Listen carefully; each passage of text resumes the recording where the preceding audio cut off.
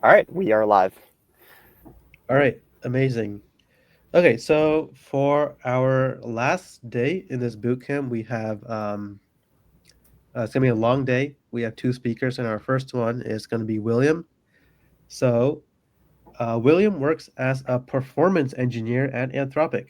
He is currently on leave from a PhD program at MIT, where his research focused on making LLMs more efficient through kernel optimizations and model architecture improvements. Last fall, William helped create and teach MIT's first ever class on accelerated computing, where he led design of its CUDA-based programming assignments. Take it away, Yeah, William. thanks for the introduction. Hi, everyone. So today I want to talk about sort of some like really fundamental aspects of GPU programming and trying to talk about sort of what it takes to build a really strong foundation for conceptual understanding of how to program GPUs.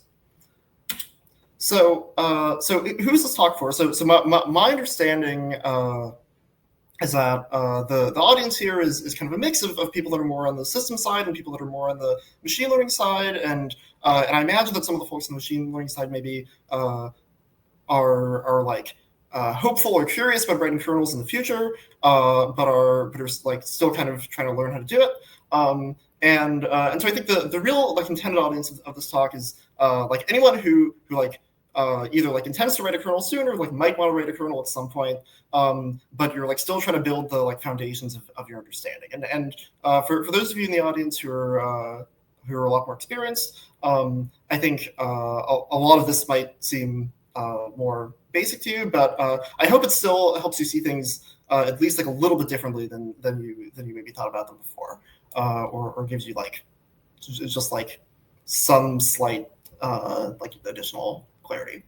And since I'm going to be talking about basically how to think about the performance of GPU hardware, this really applies to any language whatsoever that you use to program GPUs. So whether you're writing kernels sort of directly in CUDA, or whether you're using some kind of higher level DSL like Triton or NVIDIA's new Cutlass 4, all of these same principles apply because they're the principles of the underlying platform that you're running on. So who am I? I think you've already heard a little bit about this, but but before grad school, I spent a bit of time at NVIDIA working on deep learning compilers there, and then got like halfway through a PhD at MIT, working on LM efficiency research, and I think one of the highlights for me was helping co-create this class on GPU programming, and I'm currently at Anthropic working on making Claude faster and more efficient. And the content for this talk is mostly adapted from essentially the first 2 weeks worth of lessons, and or some of the highlights from the first 2 weeks worth of lessons in MIT's 6S894, the course that I worked on last fall. And so this course, I co-created it with my advisor, Jonathan Kelly, and with another PhD student, Nikita Lazarov. And the materials for this are all online. And if you're like, if you end up being like at all interested in the material of this talk and want to like learn more or dive more into the details, I personally think we did a pretty good job putting together the labs for this course, and labs 1 and labs 2 are basically an extended version of the content of this talk. So yeah, recommend you check that out if you're interested. All right, so we're here to write kernels. We write kernels in, let's say, CUDA. What is a CUDA program? So if you take the programming interface of the CUDA programming language at face value, a CUDA program is a definition of some function in a C-like language, and then this like launch command, which runs many copies of that function you defined in parallel on your GPU. And so if you've like ever tried to like launch a CUDA kernel before, you probably saw that there's these 2 parameters you have to specify. You have to give it a number of so-called like thread blocks that you're going to launch, and then you say for every thread block the number of threads that it's going to run, and then somehow magically the GPU runs all these threads and all these blocks in parallel, and it does their computation, and everyone's happy. This is sort of the story that CUDA is trying to tell. So when you think about a CUDA program from sort of the software point of view, the picture you have in your head probably looks something like this. So you've got sort of this array of blocks, and then within each block you've got this array of threads, and each of these threads is a little program that's doing some work in parallel with the other threads. So let's look a little bit more about ways that this model can show up in practice, and we'll do this in terms of the sort of like performance puzzle that might come up when you're trying to actually write and profile a CUDA kernel. So suppose that we've got a kernel, it like runs reasonably fast, solves some problem for us. I don't know, like adds 2 vectors or something. And we're currently launching it with 128 blocks of 1024 threads each, and it works well. And say that now, as an experiment, we try to tweak the number of the number of threads per block parameter. So now we say instead of every block having 1024 threads, which is actually the maximum that NVIDIA lets you have in a thread block, we say we're only going to use 256 out of the 1024 like maximum threads that we could have in a thread block. So you might imagine, and I think there was a point when I was learning CUDA programming where my expectation was that if you sort of have the ability to run 1024 threads, and you opt to only run 256 instead, then maybe you're somehow like only getting 25% utilization of the hardware, or something, and it's going to run like 4x slower. But for many kernels, if you actually try to do this, you actually try to bump down from 1024 to 256, you find that they actually run at the same speed. And so this is kind of mysterious. Like what were those like other 3/4 of the threads doing if running your program on a smaller number of threads, each doing more serial work, runs at the same speed? So we can ask, like, why do we sometimes see this phenomenon? And there's another puzzle that I think often trips people up when they're starting to write CUDA programs, which is, say we start with that same kernel again in its original configuration, but now instead of tweaking the number of threads, we're tweaking the number of thread blocks. So we say, now let's say we bump up our 128 thread blocks to 133 thread blocks. So this is not a big increase in the number of blocks. This is like a 4% increase. And so you might expect that, like, okay, we've sliced up our problem slightly differently. It's now running across a like slightly larger number of blocks, but probably this shouldn't affect performance that much, right? But if you actually run this, especially if you run it on an H100 GPU in particular, which we'll get to in a minute, you might actually find that for certain kernels it runs like 2x slower to increase the number of thread blocks by 4%. And so why does this happen? This might seem kind of mysterious. So I think the thing I'm trying to get at here, and we'll revisit those puzzles in a bit, is that this sort of like threads and blocks model of how to think about a CUDA program is, I mean, it's useful because like these are the abstractions that NVIDIA provides, and you kind of have to deal with them, and they have some benefits. But this is a very sort of incomplete view of what's actually going on from the perspective of trying to predict and reason about the performance of your program. So I think that for beginning CUDA programmers, often a better question to ask than like what is CUDA and how do I use it is what is a GPU and what can it do? And so here's a picture of a GPU from NVIDIA, and actually, you know, this is the board, so it has like a bunch of random electronic components on it and stuff. But if you zoom in on like the actual GPU chip, this is what it looks like. And if you look at this picture, you might notice something like maybe the most conspicuous sort of visual feature of the GPU in this picture is that it's made of a bunch of tiny squares. And this, I think, is actually a like if you only have like a one sentence description of what a GPU is, a GPU being a bunch of tiny squares, a fixed number of them, is a better mental picture to have than a GPU being like a thing that runs amorphous like a thing that runs like an amorphous blob of like blocks and thread blocks where you can like set the number of them that you have. Okay, so GPU is a bunch of tiny squares. Like, what are these tiny squares? So NVIDIA calls these things streaming multiprocessors, usually abbreviated to SMs. And how many of these do we have? We have around 100. And in this picture, there's like 144 on the die. In practice, if you like go and buy an H100 and you like ask it like how many SMs do you have, it'll tell you I have like 132 because like some of the 144 SMs here they like don't survive the manufacturing process, and so like they get disabled in software.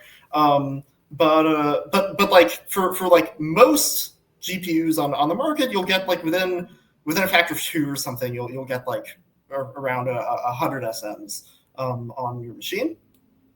And also, this entire talk is in like NVIDIA terminology. Like AMD has like similar concepts but different words for all these things. So if you try to understand an AMD processor in these terms, you might need to find some kind of like translation guide. Okay, so we've got 100 of these SMs, or these tiny squares. What is one? What's on one of these squares? Like, what can it do? One of these SMs, it's actually 4 smaller things.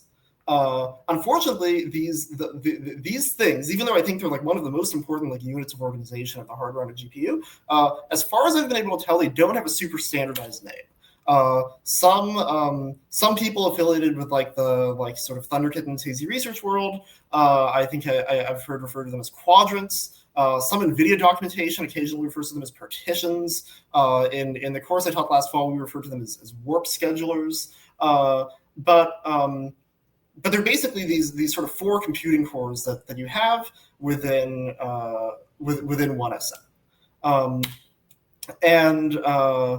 And so, like, how should you think of one of these things? Well, I think from sort of like fundamental like computer architecture principles perspective, actually the best approximation that you might be more familiar with for how to think about what a warp scheduler is that it's kind of like a CPU core. It actually has like a lot of design similarities to a CPU core, and so the biggest caveat to this is that it's a CPU core that's like really strongly specialized for running SIMD instructions, and we'll talk about that in a bit.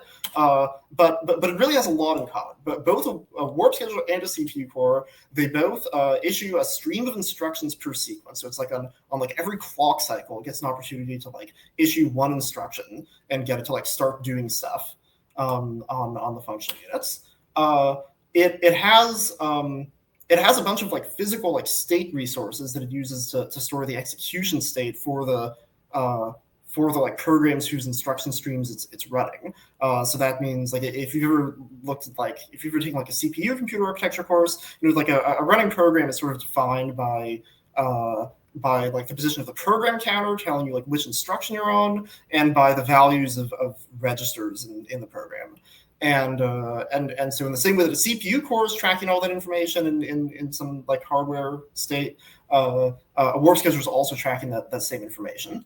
And the warp scheduler has a bunch of functional units, which in this diagram from NVIDIA that you see on the left are kind of visualized in this stylized way, where you've got a bunch of like circuits that can do like integer math and floating point math, and also in for the last several years, the thing everyone's really excited about is that it can do like matrix multiply math using some specialized hardware. And so when the warp scheduler like issues instructions, those instructions kind of like schedule onto the functional unit. So they like cause the functional units to do stuff and produce new data, which suddenly goes back into the register file. All right.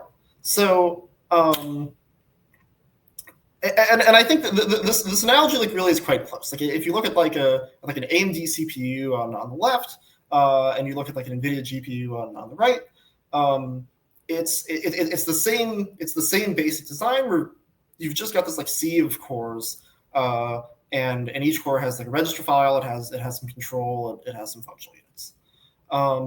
Maybe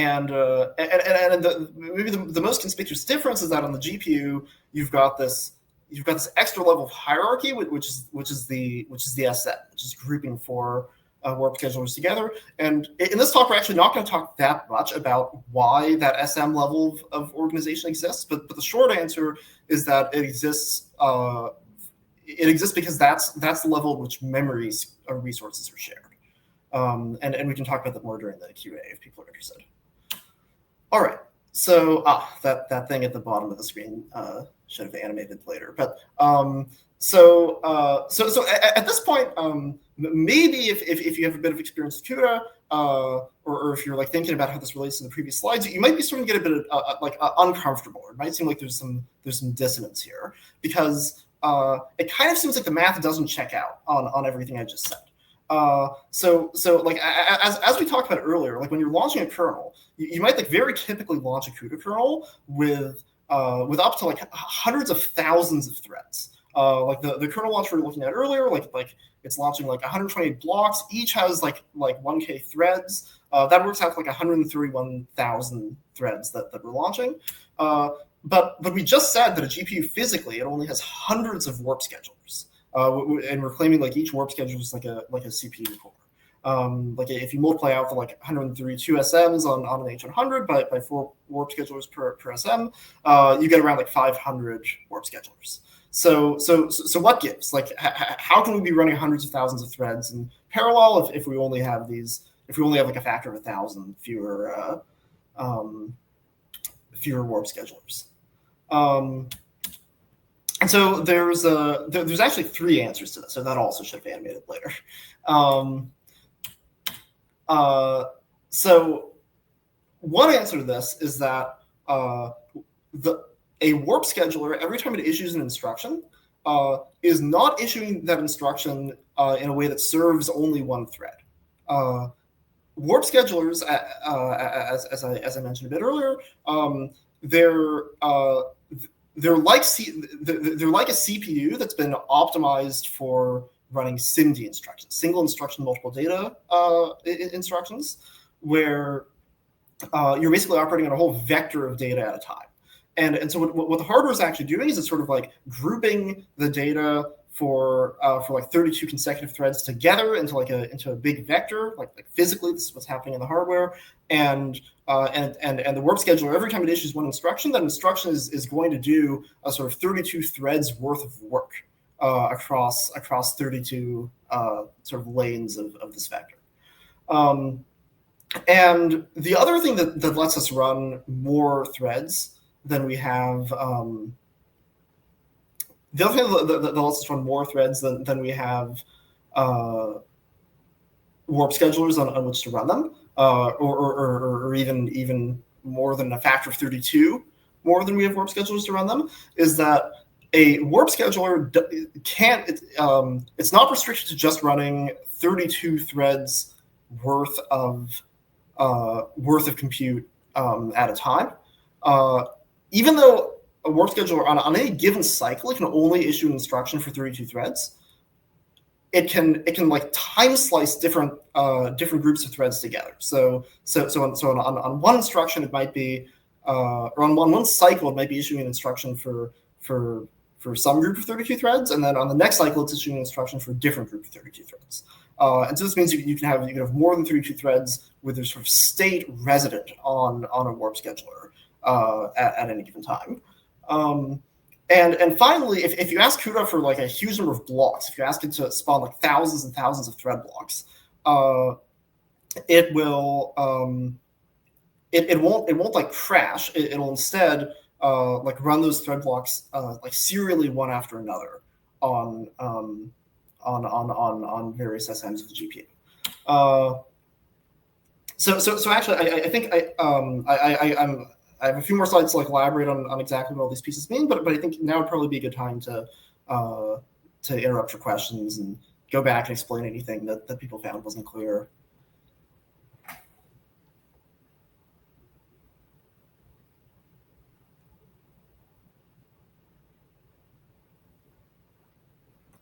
I think there aren't any. There are some comments in the chat, but no specific questions on what was going on here. Okay. Never mind. Any comments? Does anyone want to tell me I'm wrong about something? There are now things pouring in. Okay. So Vikram asks, could you explain the relationship from threads to blocks? Yeah. So at the soft. I think first sort of important to flag that like both blocks and threads, they're like fundamentally software abstractions. The hardware is not structured in terms of blocks and threads. So I guess with that said, to a first approximation, you can think of a CUDA kernel as just saying, I want to run a certain total number of threads, and I want you to basically slice those threads up into groups of 32, and those groups of 32 are called warps, which is why the thing is called a warp scheduler. And then I want you to like map those warps onto the various warp schedulers of the machine and start running them as fast as you can. However, there is this extra level of organization where you say, in addition to having sort of a certain total number of threads, we're also going to say that we're going to group these threads together into these larger units called blocks. So maybe that we're saying like we want to have like 131,000 total threads, but each like 1024 consecutive threads we're going to say like belong to the same block. And so what are the consequences of this? Why do we care that 1024 of our threads belong to the same block as opposed to different blocks? So we're not going to get like super deep into this in this talk, but the answer is basically that threads on the same block, they can communicate with each other very efficiently through a shared memory scratchpad, shared in the sense of shared between threads within a block, and they can also synchronize with each other, which is kind of necessary to make the communication work. And so this means you can do interesting things that you can create like consumer producer queue relationships where like some warps are like writing into a queue that's stored in the shared memory scratchpad, and then other warps are like popping things out of that queue that's stored in the shared memory scratchpad, and they're synchronizing all of this using semaphores or something. And so that's why we care about blocks. They're sort of they're the unit of efficient cooperation between threads. I hopefully that answers the question. Yep. Another question was, how do I ask? Okay, basically they're asking like, does the warp scheduler have 32 cores to process 32 independent execution contexts, or is it different? Great question. So it depends what you mean by a core. So the kind of unsatisfying answer is that like some things you have like 32 copies of them, or like some large number of copies of them, depending on exactly how the hardware is tuned. And like some things you like essentially only have one of. So what do you only have one of? The most conspicuous thing you only have one of is like the sort of like instruction decode and issue logic that can decode and issue one instruction per cycle, and so that means that it is like physically impossible for the warp scheduler hardware to issue like 32 different instructions for 32 different threads on one cycle. It just can't do it. What it can do is issue one instruction that does like the same math operation, say, on 32 independent units of data. So it might be that it issues like one add instruction, and then that add instruction is going to pull it's going to pull like 32 left-hand side like scalar operands from the register file, and then like 32 right-hand side scalar operands from the register file, and then it's going to add those element-wise, and then put the 32 results back in the register file. And then a natural question that you can then ask here, especially if you're familiar with the way that CUDA code actually looks, is what if I try to get the threads to do different things? What if I have like an if statement that says like if my thread index is even, then I do this, and if my thread index is odd, then I do this other thing. And the short answer is that the hardware is basically going to use masking to to like make sure that it's only ever actually issuing like one single instruction at a time, and that those instructions are just like sort of operating on the right subset of threads for everything to work out in the end. So concretely, if I say like I want my even number of threads to do an addition and I want my odd number of threads to do a subtraction, what's going to happen is that you spend one cycle doing an addition, you spend one cycle issuing an addition that sort of acts on half the threads, and then you spend another cycle issuing a subtraction that acts on the other half of the threads. And as you can imagine, if your threads end up doing like very different things, if like all 32 of the threads in a work are doing like 32 different things, then this is going to have like a huge performance cost, because you have to you have to spend like 32 cycles issuing like 32 different instructions to service all the to make progress on all the different threads in the work. And then in terms of what state is being tracked, the register file is kind of tracking separate like state for data registers on like a per thread basis. Hopefully that I think that I think that's a very good answer. Another question, there are more, is why specifically the number 32, and are there trade-offs to running more or less threads as a warp at a time? So it is a fixed design decision in the hardware, and has been for many years, that the unit of warp scheduler like SIMD execution is 32 threads. I think this has been true basically since the first programmable NVIDIA GPUs capable of running CUDA.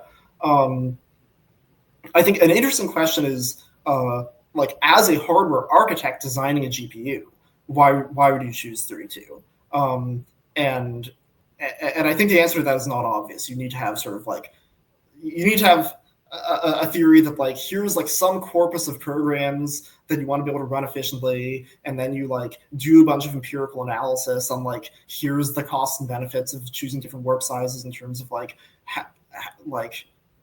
so basically the two forces pushing in either direction here are, on the one hand, you'd like your warp granularity to be as small as possible, because that gives you as much sort of freedom to have weird control flow without incurring performance penalties as possible. So if the warp size were like 8 threads instead of 32 threads, then then it would be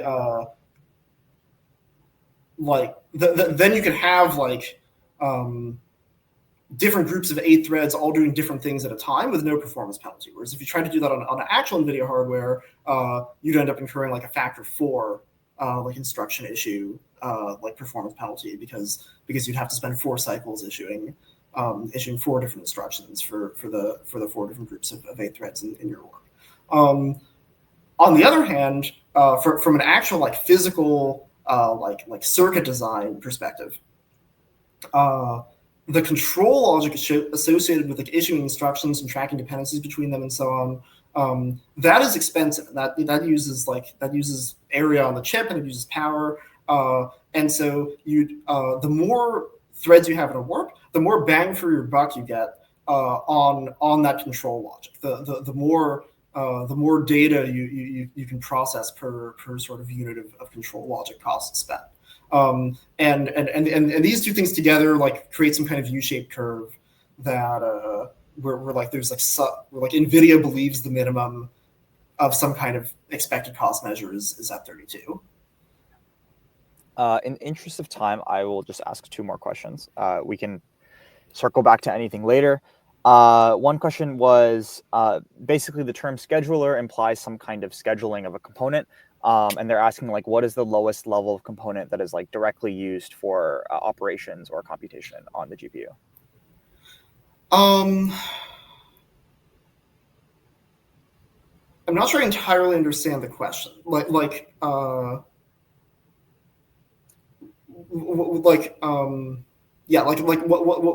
does asking for like the lowest level of component mean? My guess is they mean like, what is the hardware component that is actually being run? But I'm not sure. Yeah.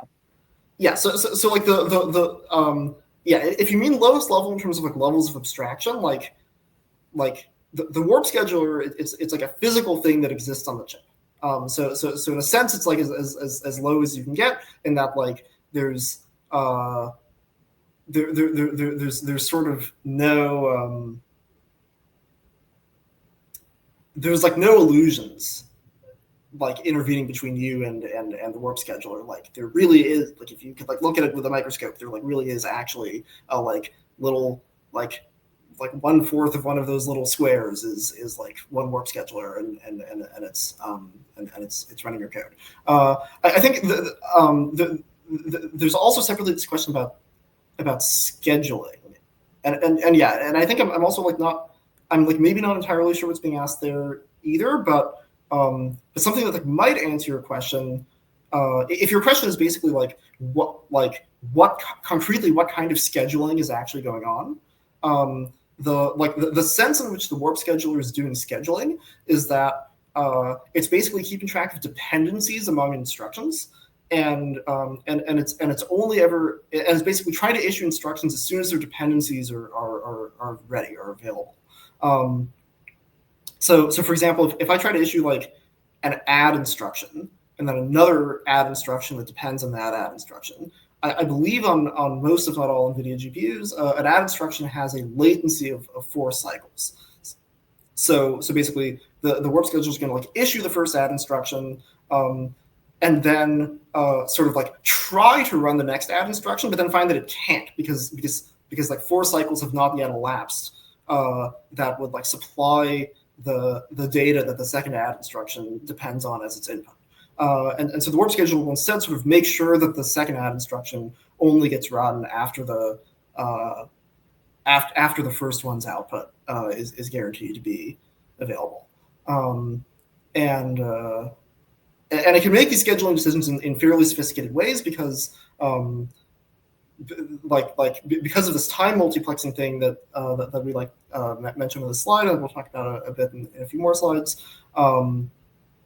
The warp scheduler is actually sort of like juggling like multiple warps worth of instruction streams at a time, and like while one is unable to make progress, it'll like try to schedule instructions from the other ones, and this lets you sort of keep the hardware at high utilization. So that I hope that at least gives a flavor of the kind of concretely the kind of scheduling that's going on inside this thing, and I hope that at least partially answers your question. And then the last one before you can move on is just a follow up from the thread divergence example. They're basically asking like if you have that branching case, is the throughput of the scheduler cut in half?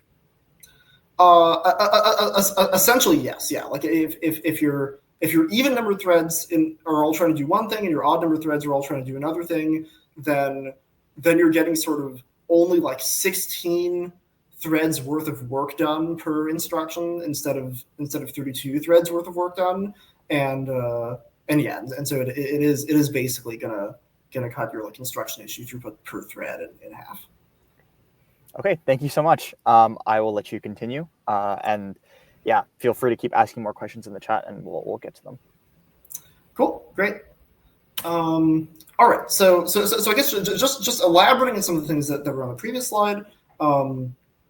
So what concretely do we mean when we say that the warp scheduler is running these like SIMD instructions? So I imagine some of you might have at some point, maybe in like a C programming class or something, if nowhere else, encountered this idea that on like pretty much all like medium to high end modern CPUs, you have these like kind of obscure but like very powerful instructions available called SIMD instructions that typically they do like math operations or like other like simple like integer logical ops or things like that. But with a twist that instead of operating on just like one or like a few scalar values at a time, they operate on these wider vector registers that let you process like many elements in parallel. So like this is sort of pseudocode. This is like not a real SIMD API that exists as far as I know. But you can imagine that if you're like writing a C program that's trying to write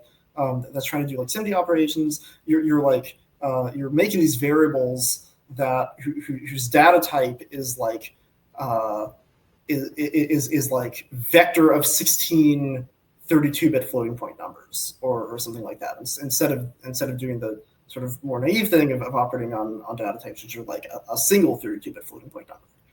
And then you have these like special instructions that operate on these vectors and will do things like do like 16 addition operations at a time. If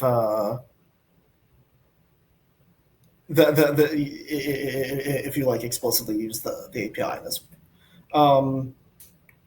And on CPUs, this is very powerful because you can just get like much better like arithmetic throughput if you use these instructions that do many things at once than if you insist on like doing everything in terms of individual scalars.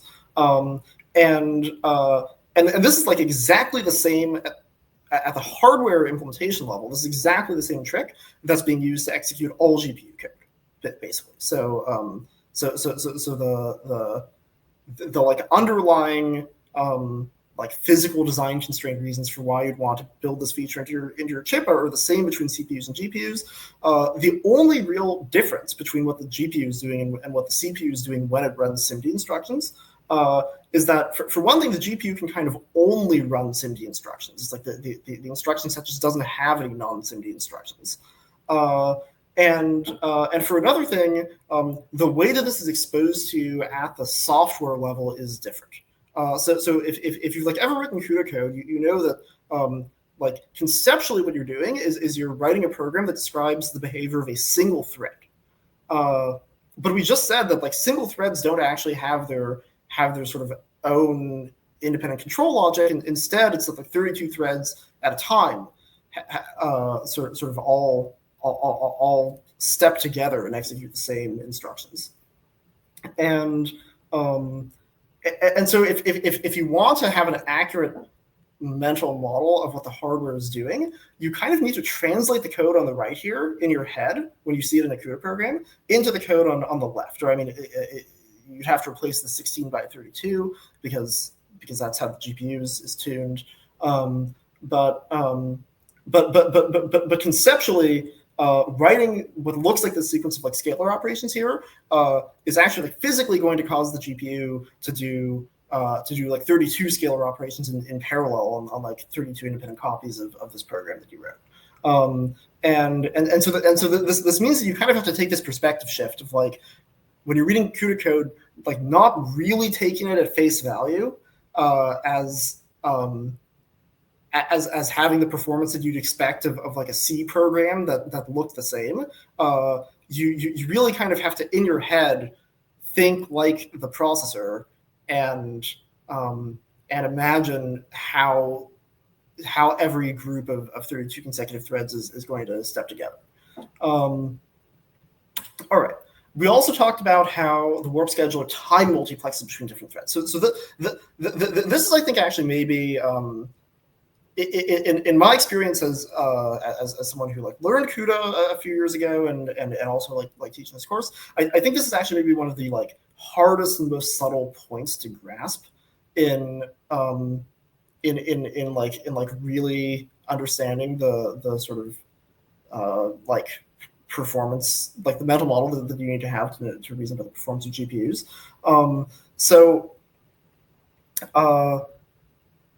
The kind of key idea here is that a warp scheduler can be tracking state for more than 32 threads at a time. Like even though the warp scheduler on any given cycle, it can only issue an instruction for like 32 consecutive threads in a warp.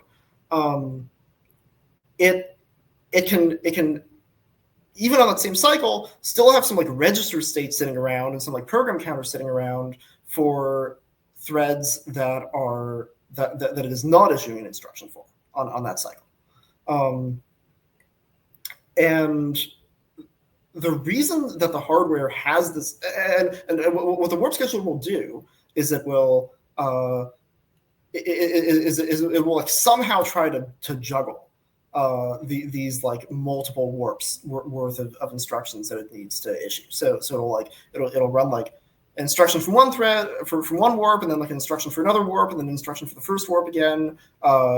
I think up to actually like quite high numbers of warps. I think the maximum number on most GPUs, if I recall correctly, is like 8 warps at a time that it can be like juggling in instruction streams for. And so why can the hardware do this? Like it's not actually obvious to me, or it wasn't obvious to me when I first learned about this. Why it's beneficial to have this feature as opposed to just doing everything within a single warp if the instruction issue throughput is the same. And basically the reason is that within a single warp, you might have like dependency chains among instructions that mean that you would need to be spending some time stalled while executing that instruction stream, right? So say you have an instruction where after you issue it, the results aren't available like immediately on the next cycle. You instead need to wait wait an extra cycle, say, before the results are ready and any dependent instructions can execute. So if the pattern of instructions that you're running within a single thread or a single warp has this kind of like long serial dependency structure to it, then running just one warp is going to leave the warp scheduler stalled for like potentially like very large fractions of its runtime. But if you have other independent warps whose instructions can go and like fill in the gaps, then you can recover the sort of full throughput of the hardware. And so if you as the programmer know that you have a bunch of independent work to do, like you have like some like many million element vector, and you want to do some independent operation on every element of that vector or something, then you can map different units of that work onto different warps, and then the warp scheduler will use work from warps that are ready to make progress to fill in the gaps in the schedules for warps that are not yet ready to make progress. And I think an important sort of piece of the picture to keep in mind for this is that you also have this sort of finite pool of functional units, and the functional units do things like it's like a bunch of circuits that are like floating point multipliers and adders and like integer bit shift circuits and like interfaces that like talk to main memory to do like loads and stores and a bunch of stuff like that. And different types of functional units have different are like spec for different throughputs and have different limits on like how many instructions they can be like helping execute at a time. So I think it is the case, for example, that like 32-bit floating point addition on an NVIDIA GPU, I think you can basically issue a floating like a 32-bit float like addition instruction on like every cycle, and you will like never overwhelm the like floating point adder units.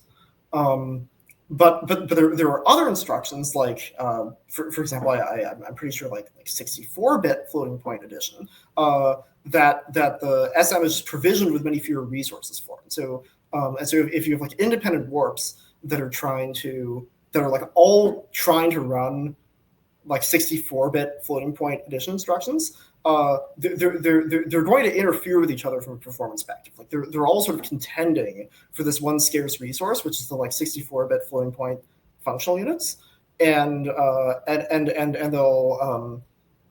and like having 4 warps all trying to drive the like 64-bit float adders. Like it's not going to just like magically run 4x faster than if you had like only one warp trying to do that, because you're going to hit the underlying throughput limits of these shared functional units.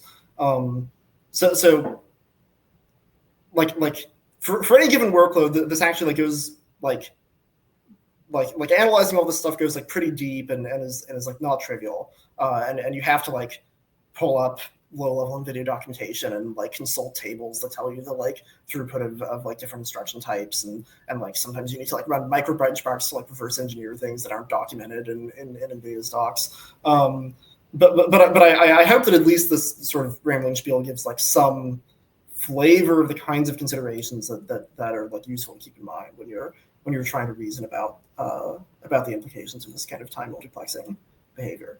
And also, by the way, like the cores in your CPU and in your like laptop or phone or whatever, they can do this too. Typically not with this high degree of concurrency. It's commonly like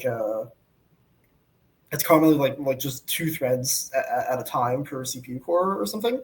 But this is also like very much a consideration in CPU performance engineering as well. All right, I think now's probably a good time to take more questions because I actually had 2 like maybe minor questions. So one is the program counter the same for all the threads in the warp? Yeah. So this is so the answer to this is actually pretty subtle. To a first approximation, you should kind of imagine that the answer is yes, like at least for the purposes of instruction issue. It's like for instruction issue, it's like you have some instruction that at least one thread in the warp wants to execute, and that is like identified by some program counter pointing into the program binary. And then you issue an instruction for that one value of the program counter, and the state of like which threads like are or are not like participating in that instruction, you can imagine it as being tracked by like a Boolean mask that has like stores like a bit for every thread saying like, is this thread like currently active for the instruction that we're executing. Where this gets more complicated is when you do like weird patterns of synchronization where like some of the threads in your warp try to like block on some semaphore reaching a certain value, and then like other threads in the warp need to like make progress beyond the point where there's the first set of threads blocked in order to like unblock them. And actually like the behavior of this has changed across GPU generations, and is also like and you also need to be like careful where like different kinds of instructions will like treat the semantics of this like somewhat differently from other instructions.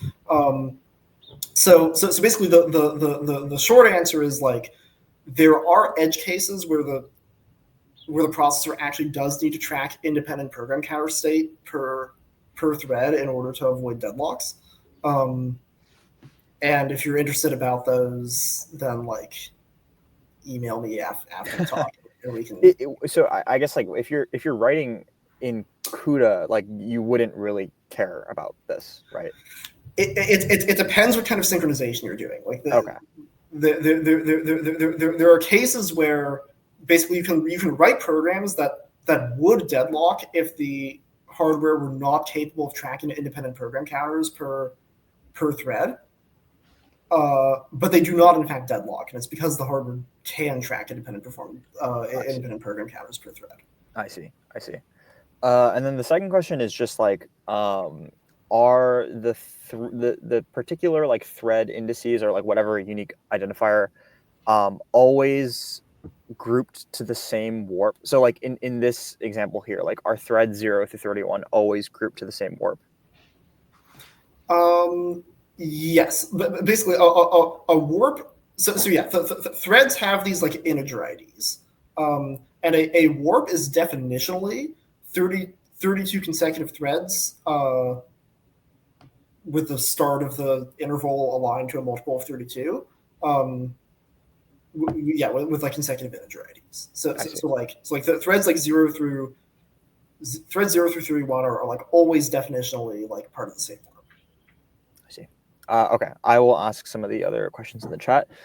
So one question is the time multiplex on the warp scheduler on the level of 4n warps in a thread block, thus in the same kernel, or about concurrent kernel launches using different contexts?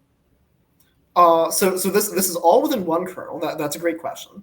And I think from some conversations I had recently with some folks, I'm led to believe that an undocumented limitation of NVIDIA's GPU hardware is that a warp scheduler can't actually run warps from multiple different kernels at the same time. So I think if you want to get this time multiplexing, you have to do it within one kernel.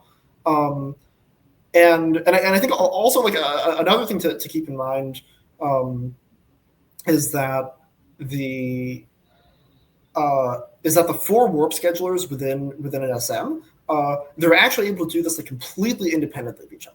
So you can think of each one as just like I think that they all have to be running programs from like the same binary, but it's like you can think of each one as its own like totally independent like core with its own control logic that is like as independent of the other warp schedulers as like one CPU core is independent from another CPU core. And so that means that that you can get like a pretty fine granularity of interleaving here, where it's on a per warp scheduler basis and not on a per SM basis. I see. And the last question is kind of a more general thing. What is your mental model to avoid cache misses and take care of data locality? I guess they mean in your code. Cache misses, yeah. So I unfortunately didn't really include anything about memory in this talk because it's just like it's like a huge topic and I didn't think we'd have time. The short answer to that is that there like is no short answer and it just like depends a lot on like the structure of the particular workload that you're trying to implement. I think like a general rule that I follow is don't try to rely on the implicit L1 cache much at all, and instead prefer to use the like explicitly addressable shared memory scratchpad in order to get like good data locality and reuse. I think that's maybe the one sort of like easily stated, like generalizable, transferable lesson. But short of that, it's like you just gotta think about the specific kernel you're writing and think about like what could be reused where and how. And then after you get experience with it, there's patterns that show up over time where like anything matrix multiply flavored, you find that you want to like break it into roughly square tiles and then maybe like pipeline loading of those tiles with like computing on other tiles and things like that. So there's like a bunch of patterns that show up, but I unfortunately I don't think we really have time to get into them. Okay, yeah. I think you can move on from here. Cool. So I think one other thing is just I think worth like explicitly pointing out about this like instruction like latency hiding and like overlapping behavior is that if your code conforms to the right patterns, you can also get the same kind of latency hiding within a single warp. And it just all depends on what sort of the dependency graph among your instructions looks like. So if you have a bunch of instructions in a straight line where each one depends on the previous one, and you have only a single warp per warp scheduler, then you're out of luck because you're just going to be like spending a lot of time stalled waiting for the previous instruction to complete so you can start the next one. Where it gets interesting is if within a single warp, your dependency graph does not look like a straight line, but rather looks like some kind of branching and reconverging like wider graph where some things can be done like independently of or like in parallel with other things. So in cases where you have like multiple like independent instructions within the one instruction stream, the warp scheduler is actually like pretty good at at sort of filling in the gaps in your own in your single warp's instruction stream with other instructions from the same warp. And so this means that if you're sort of like thoughtful about it, you can actually often get away with having a like relatively small number of warps and still run the hardware at like full utilization. You just need to think about whether you're stalling the processor on sort of long serial chains of dependencies or not. So a way that you can take advantage of this is you can like unroll your loops, and so maybe it's like within a single iteration of a loop body, all your dependencies are basically like serial dependencies, one after another. But maybe across like 2 iterations of your loop body, those 2 loop bodies are actually like independent of each other. And they're like operating on like disjoint elements in an array or some pattern like that. And in those cases, through a combination of like manual effort and the compiler doing its job and the warp scheduler doing its job, if you know what you're doing, you can get like interleaving and overlapping between the latencies of like different instructions belonging to like different iterations of the unrolled loop. Anyway, so this is like a somewhat more advanced class of optimizations, but I think it's important to know that like having multiple independent warps is not your only recourse if you find yourself stalled, if you find the warp scheduler getting stalled on a lot of on a lot of like serial chains of instruction dependencies. And CPUs can also do this too. CPUs, in fact, are much better at this than GPUs because they have to achieve good performance. Because CPUs have many fewer threads and much less like independent work. And so the only way to get good throughput is to like really, really aggressively try to extract parallelism from the instructions of a single thread. All right. So I guess to recap some things and think about the implications of what we've been talking about. So I think one like useful number to have in mind when you're doing CUDA programming is how many threads do you need to keep an SM busy. And the minimum value for this you can compute as just like 4 warp schedulers on the SM times 32 like threads per warp scheduler. You needed like at least 128 threads on an SM in order for it to not have some like idle warp schedulers, basically. And then also sort of an analogous question you can ask is how many threads do you need to keep the entire GPU busy? And this is going to depend on the number of SMs on the GPU. So let's take like an H100 as an example. An H100 has like 132 SMs. And if each of those SMs needs 128 threads in order to keep it busy, then you need like around like 17,000 threads in your kernel in order to have like, in order for it to even be theoretically possible that you'll like saturate the throughput of the GPU. Again, in practice, you might want more than that because you want to exploit the time multiplexing behavior somehow. But this is kind of like a bare minimum. Yeah, so it's often better to have more warps per warp scheduler, but this is what you have to. This is the lower bound. All right, so let's return to some of those puzzles that we talked about at the very beginning of this talk. So the first puzzle we mentioned is sometimes you'll have a kernel where you can like decrease the threads from the maximum down to some like much lower value, and it like doesn't hurt performance nearly as much as you expect.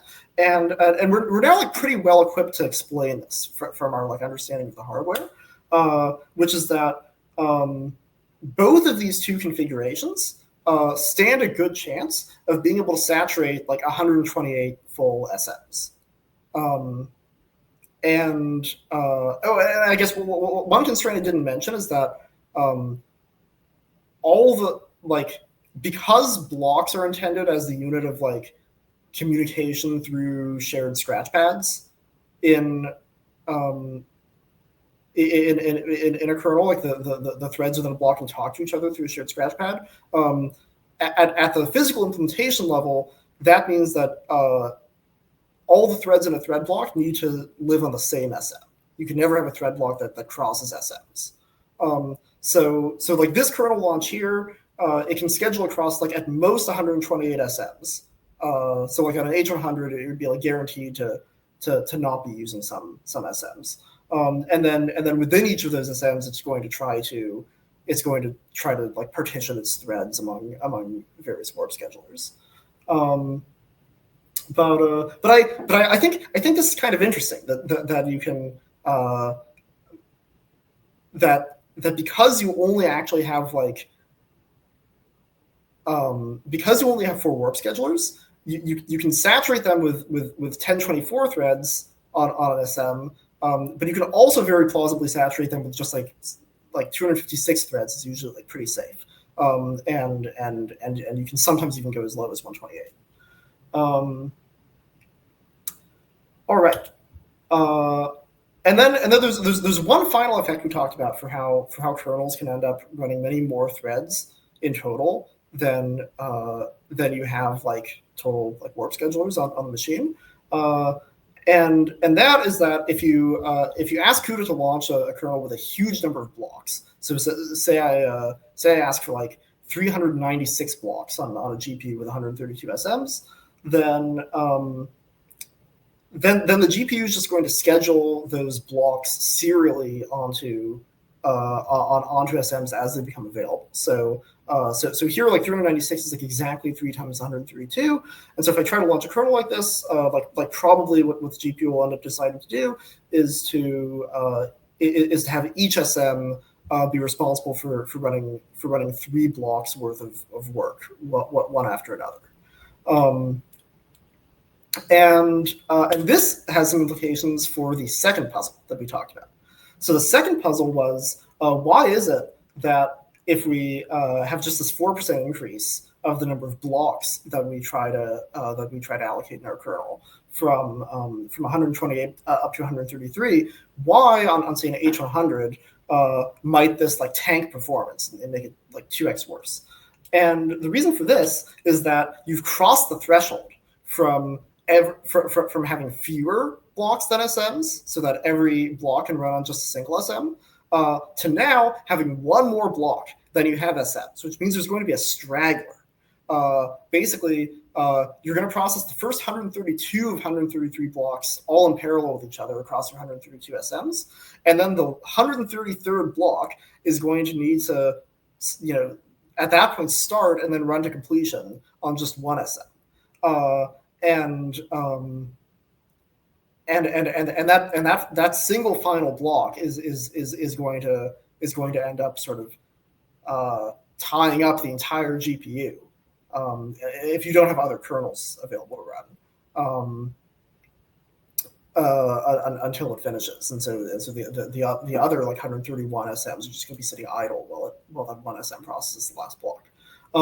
So this is another example of how like the CUDA programming model at the software level really kind of obscures important details. It feels like this number of blocks parameter is this like continuous parameter that you can just kind of tune arbitrarily. But actually it has these like really discrete threshold effects that you can only explain by sort of thinking in detail about the actual like physical structure of the hardware. All right, and with that, there's like some other topics that I think we've actually largely addressed, and then there's like weirder features that we can like talk about if people are interested, that kind of complicate the simple model that I've been presenting in this talk. But yeah, I guess with that, I'll hand it over to the Q&A. Perfect. Thank you so much. I'll start with I guess the chat questions, and I have a question of my own, and if people have more we can ask, and then Simran will be coming soon, so we'll probably just cut it off when she's here. Great. So one of the questions is basically like how good is the CUDA compiler at interleaving instructions to maximize hardware utilization without like explicit loop unrolling or on the programmer side? So that's a really good question. I would say it's okay.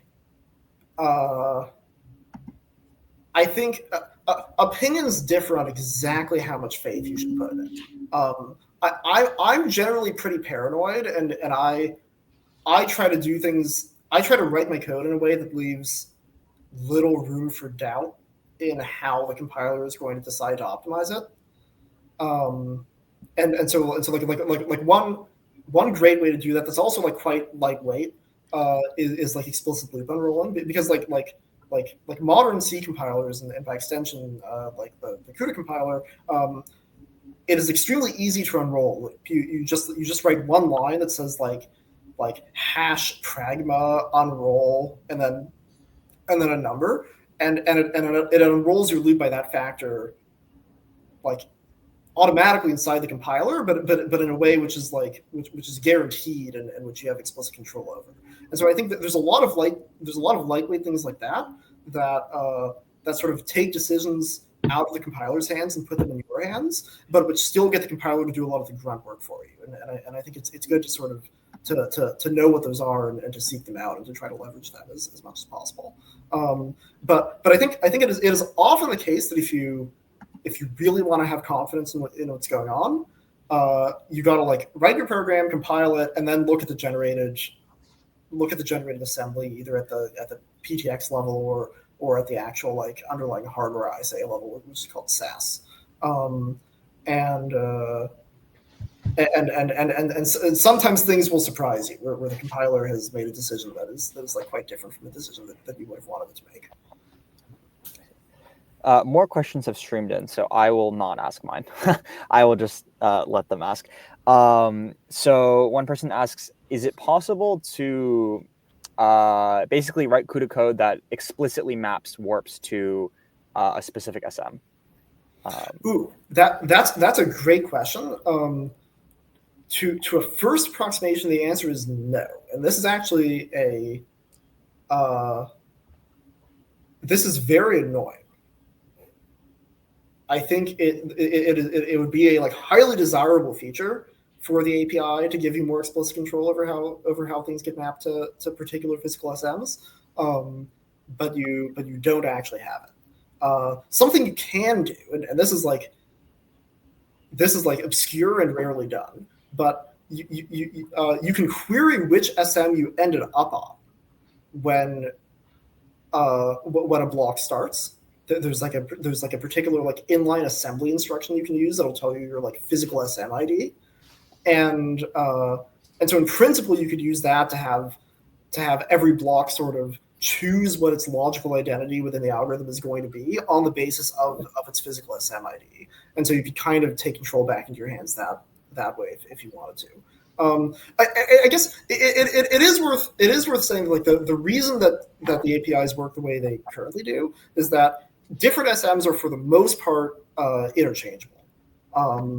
There's like a slight exception to that, and well,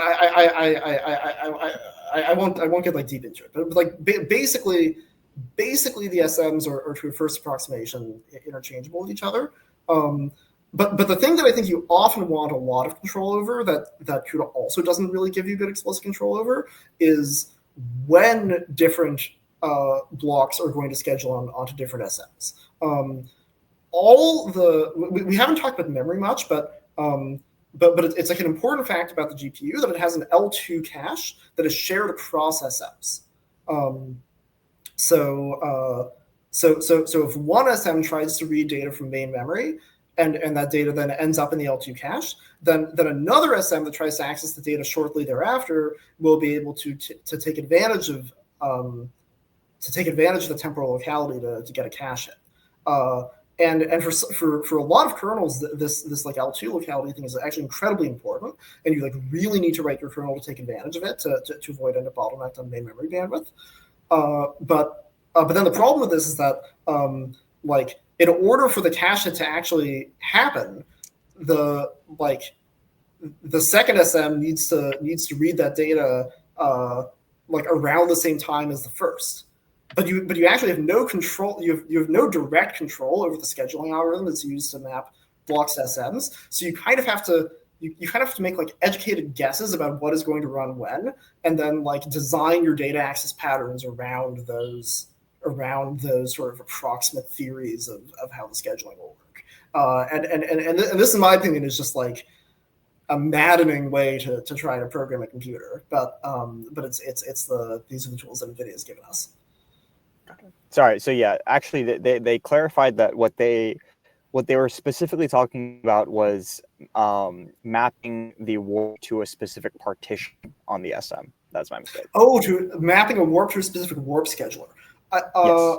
I think at least most of the time this is basically done round robin.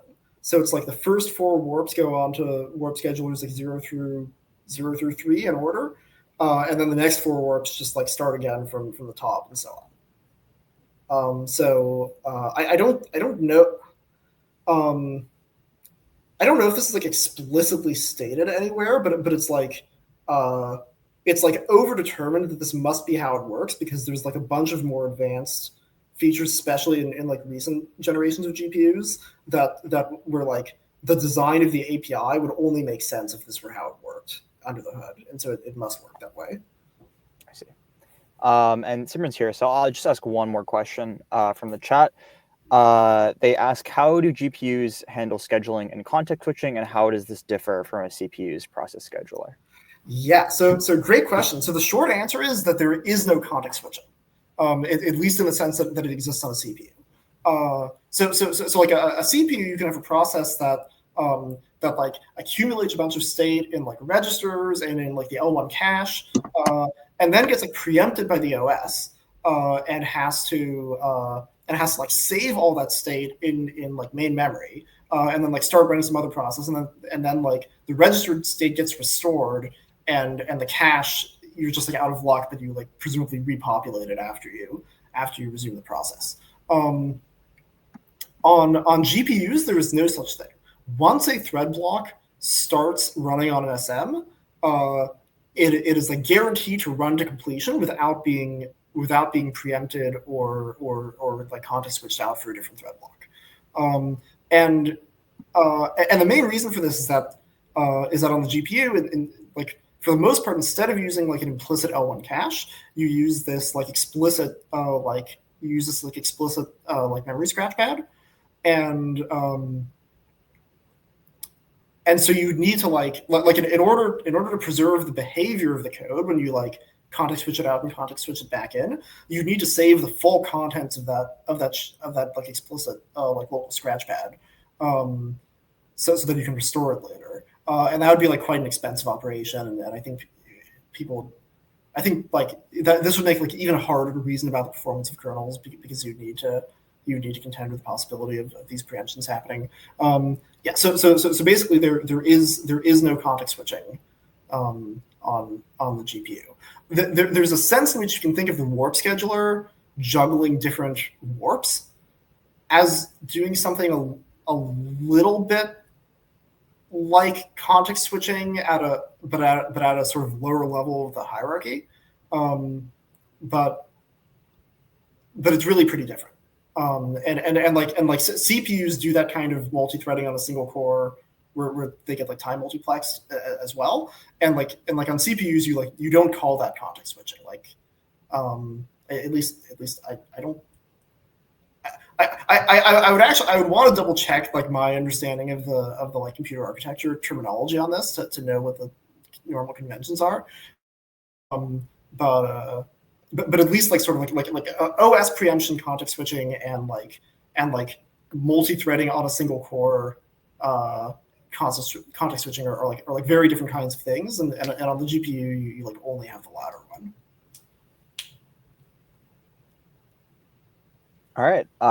Well, that'll be it for William's talk. Thank you so much for coming. I think if people have more questions, they can reach out to you. All right. Thanks for being patient. So hi, everyone. I'm Simran, and today I'm going to share our work on developing simple abstractions for hardware-efficient AI kernel programming. As a brief background, I just finished my PhD at Stanford with Chris Ray, and thanks, Alex, as well for the introduction. All right, so why should we care about this problem of hardware-efficient AI kernels and simple programming abstractions?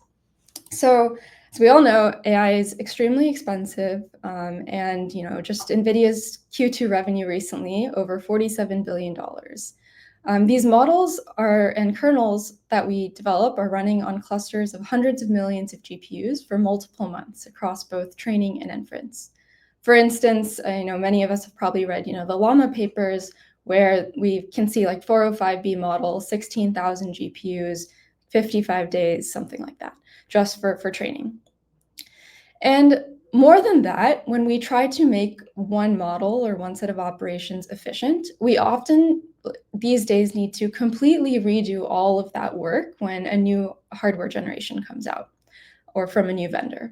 So for instance, even flash attention, one of the most widely used kernels and for basically the most widely used AI operation, we had to completely rewrite it going from Ampere to Hopper and then again going from Hopper to Blackwell.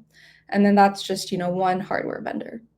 So TLDR, poor software costs billions of dollars worth of compute, and also our AI compute is expensive given that we largely just have one dominant player right now.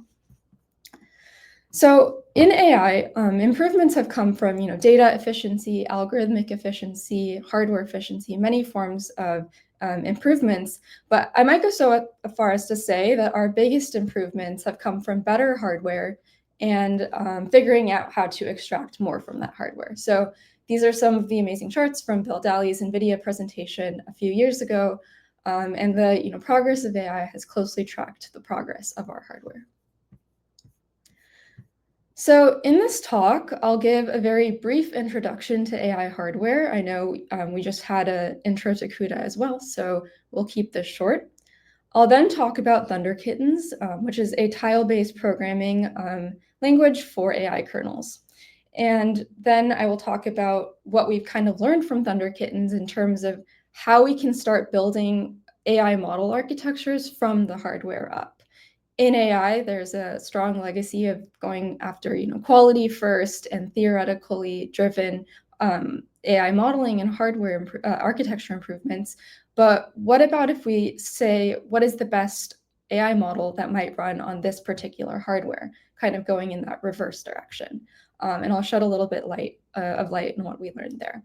And finally, I'll talk about a couple key directions going forward. All right, so very basic, starting point, getting on the same page. We have here the simplest possible processor. So what happens is a processor executes instructions using different threads or executors.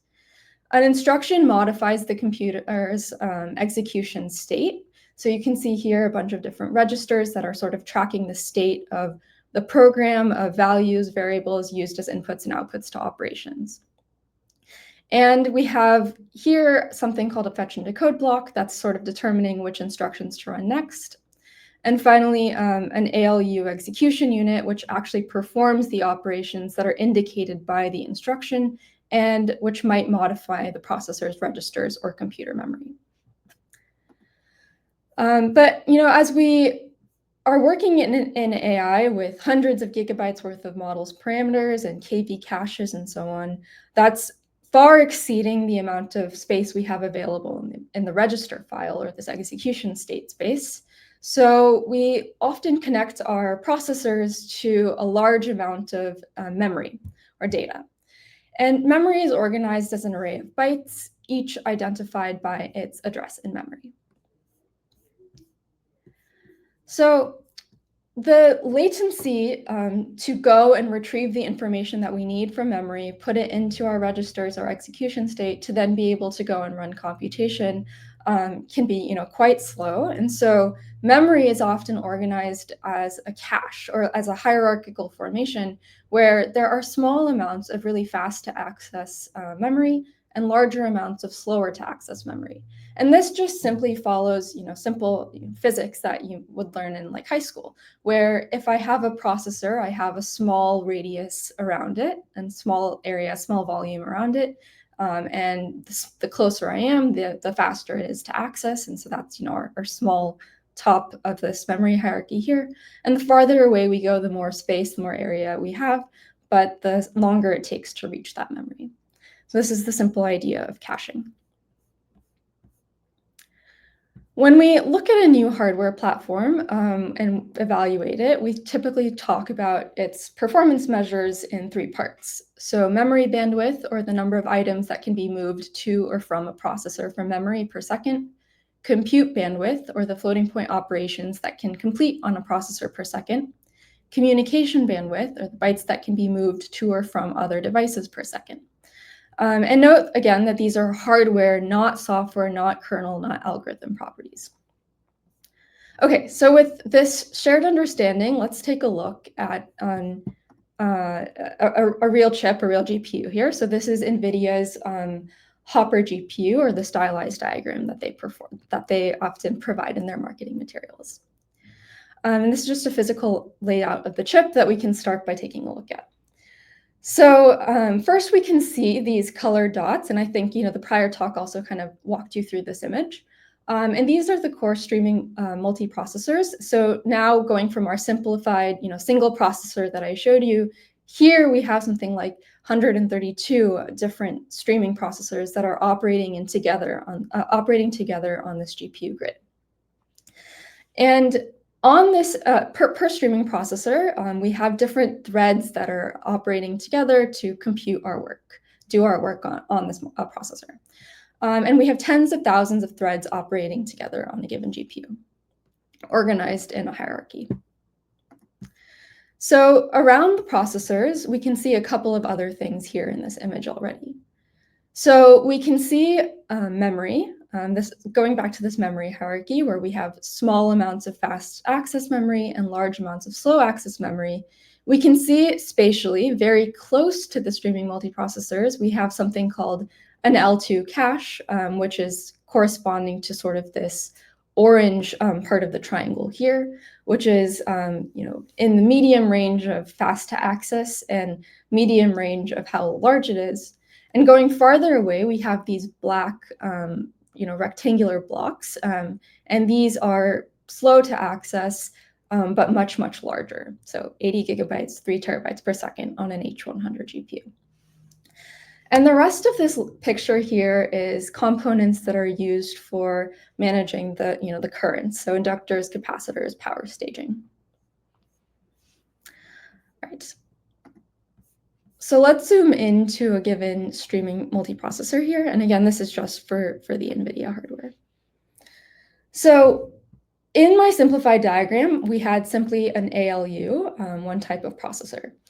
When we zoom into a streaming multiprocessor, we can see that it's extremely heterogeneous. So there's compute pipelines for integer, floating point, double precision operations. There's something here called the Tensor core. There's these LDST units for loading and storing related computations, and then the special functional unit for different mathematical operations. We can also see, as we zoom in here, that register file, which was the fastest but smallest part of the memory hierarchy, as well as sort of shared memory, which was that second tier of the hierarchy. Okay. And each of these heterogeneous units, when we go back to those hardware performance measures that I talked about, performs quite differently. So using, again, NVIDIA H100 as a reference point here, that special functional unit, this sort of maroon colored block that I showed, which is for mathematical functions like exp, operates at something like 7.5 teraflops, or the FMA units at 60 teraflops, or those tensor cores at 989 teraflops, or nearly 1 petaflop. And so a basic rule of thumb when we think about these GPUs is that essentially the GPU runs at 100% utilization when the tensor cores are running and 0% when they're not. Really, the point here is that those tensor core units are by far the fastest available compute we have on these processors. So over the years, these tensor cores, and again, a tensor core is the part of the GPU that's specialized to run matrix multiplication, has gotten far, far faster over the next fastest compute on the GPU, generation on generation of this hardware. So that's really where a lot of this effort is being invested. On latest generation GPUs, it's 16x faster than the next fastest compute in VF16 precision. So again, essentially there's one rule in AI algorithm development, and when we design our AI algorithms, we want to just keep the tensor cores fed. All the compute is there. The challenge of that simple single golden rule is all of the work that's required to make that happen. So in AI, we have large tensors of data, obviously. So if I'm thinking again of Meta's Llama 405B model with up to 16,000 by 50,000 dimensional tensors for different parts of the model there in VF16, this far exceeds the what we can store in these faster levels of the memory hierarchy. And so what really needs to happen is we need to pay attention to how data is laid out across different threads. We need to take these large tensors of memory that we have in AI and tile and chunk them up and make sure that we're only running computation on, we can only run computation on certain chunks or subsets of that tensor at any given point in time. And also, we're not only running matrix multiplications on tensor cores. We do have normalizations, reductions, different additions and element-wise operations in machine learning that we also need to care about. And so the hard part of AI kernel development is just minimizing the latencies of all of these non-tensor core operations. Again, memory and different types of math. Right. So as we go through the rest of this, I'll talk about kind of the challenges in a little bit more detail that arise as we think about the different levels of GPU parallelism that arise. And then after that, I will go back into ThunderKittens to talk about how we kind of simplify the process of thinking about each of these challenges. So again, starting off, tens of thousands of threads are running together on the overall GPU. But really, these threads are grouped into small collections of, say, 32 or 64 threads per warp or per wave on AMD GPUs. And these waves are running these instructions together in lockstep. And a big challenge here is for us to think about how the ownership of logical data elements that we care about is going to map to physical thread ownership. So each of these threads that are working together is going to perform computation on some subset of our tile or tensor in our AI algorithm that we care about. And that mapping of which thread owns which element is actually very complicated, which I'll dive into a little bit more.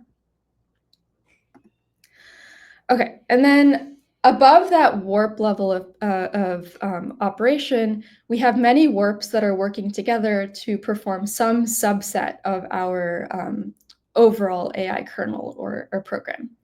And at this level of parallelism, we really need to care about how we are splitting different warps to use the different parts of the, with the PDF, it's, I guess I should wait to move the slides.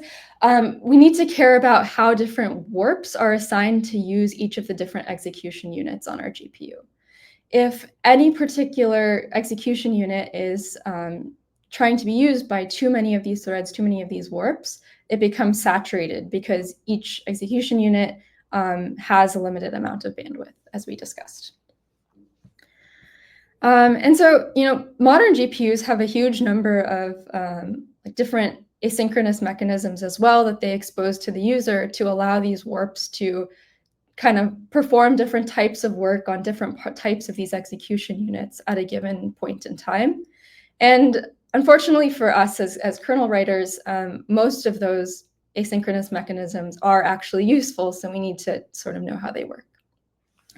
One is this concept of occupancy, where we can have collocation of many warps of software. So we can have hyperthreading or collocation of many warps of software threads on the same execution hardware. we can have occupancy or have different types of different waves, different warps go and use different execution units simultaneously to increase throughput. We also have asynchronous loads from sort of Ampere onwards, and also equivalents on the AMD hardware, where one can launch a load directly into shared memory, skipping registers, and sort of check for completion of those loads later. We can also have sort of asynchronous address generation using the tensor memory pipelines, acceleration pipelines on H100s, Hoppers onwards. And we can have asynchronous stores and reductions, also using the tensor memory accelerator TMA pipelines.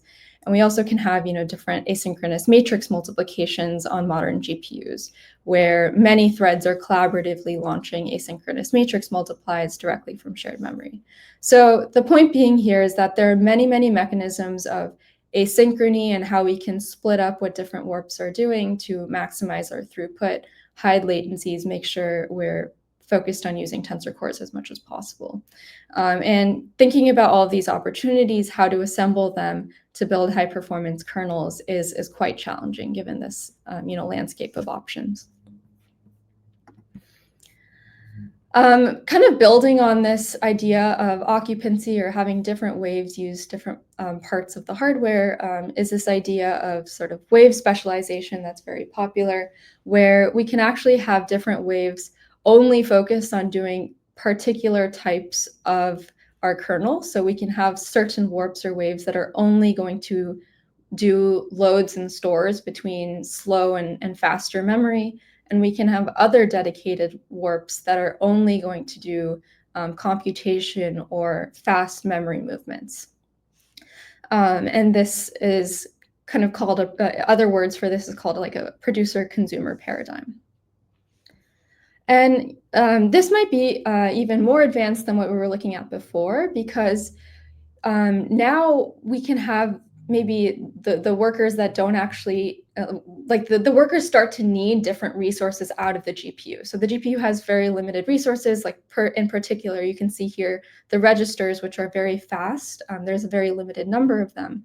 But if these purple kittens here, these load and store workers, don't actually ever need to use any of those registers because they're only operating between this slow and HBM and shared memory, they can actually go and maybe give their registers to the compute workers so that the compute workers can start operating with larger tile sizes and doing their work more effectively.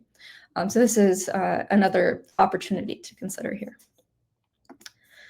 Okay, so popping up to the next level, so we have these thread blocks, groups of warps that are performing some subset of our parallel AI algorithm, and then and they're running on these streaming multiprocessors or these colored dots. And then overall across the entire grid of different streaming multiprocessors that we have, we're going to have a scheduler that goes and assigns these different thread blocks to the different streaming multiprocessors to perform the work. And for these thread blocks, there's actually a block launch cost and a block teardown cost as you clean up sort of the state of that thread block.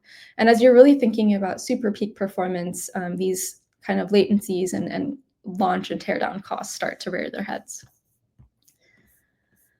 And on the same level here, beyond individual blocks, which you can think of maybe as a particular head of attention computation or a block doing maybe a particular output tile of a gem computation, in machine learning, we're performing many different types of operations. So end-to-end transformer, you'll have normalization, positional encodings, MLPs, and sorry, is this slide showing the correct slide?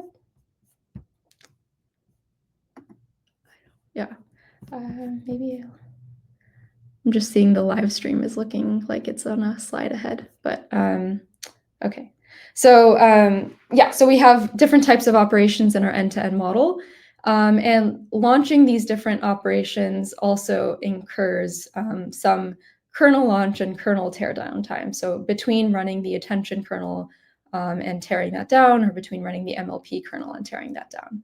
And these kernel boundaries also are sort of, artificial. So if a certain subset of our streaming multiprocessors is done with a kernel, it just has to sort of sit there and do nothing until all the streaming multiprocessors finish running that kernel before any of the processors can start running the next kernel for our end-to-end AI, training or inference. Okay, so looking at this slide, next slide here, we can see just an example of what I was saying, where we have an ML model with many different layers, many different operations. And these are example kernel boundaries that you might see, for instance, when you're running Llama 1B on a GPU, where you have maybe a kernel for RMS norm, a kernel for matmul's for attention, you have your rope rotary embeddings, you have attention, and so on. And so this is a bit restrictive, and it might not be immediately obvious why. So I gave you one example where the streaming multiprocessors can't go and start running the next work as soon as they're able to. They have to wait for everyone to sort of finish this QKV matmul or finish the rope or finish the attention before any of them can start the next operation. But to give you one example of how, if we didn't have these kernel boundaries, we might be able to do something more interesting, is when our streaming multiprocessors are doing QKV matmul and they finish sort of the output computation for a particular head, some of those processors can go start running attention right away.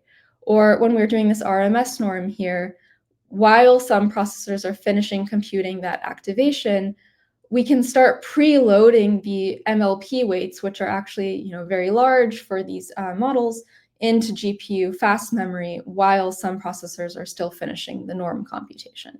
So if we could break these kernel boundaries across the grid, it offers a lot more scheduling flexibility. But again, thinking about all of this is really hard for the development experience.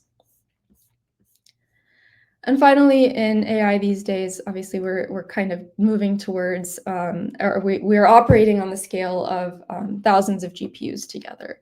And so the multi-GPU communication is of critical importance, and thinking about what we do over scale up and scale out networks. Okay, so with that overview, I will focus on the next part on talking about what we've done in ThunderKittens to try to alleviate some of the complexity in navigating this design space, and sort of provide a minimal set of abstractions that one could think about while still having enough flexibility to achieve peak performance on a breadth of AI kernels. Okay, so again, why this is important, just to hammer home, is a critical problem in AI has been mapping all of the AI algorithms and architectures we come up with to run effectively on hardware. And I talked a little bit about the difficulties with even attention before, but concretely, going from sort of flash attention to flash attention for the Hopper GPUs, the original flash attention implementation degraded sort of 47% in TFLOPs, or the utilization it was seeing, when we took the kernel designed around the A100s and went to evaluate it on the H100s.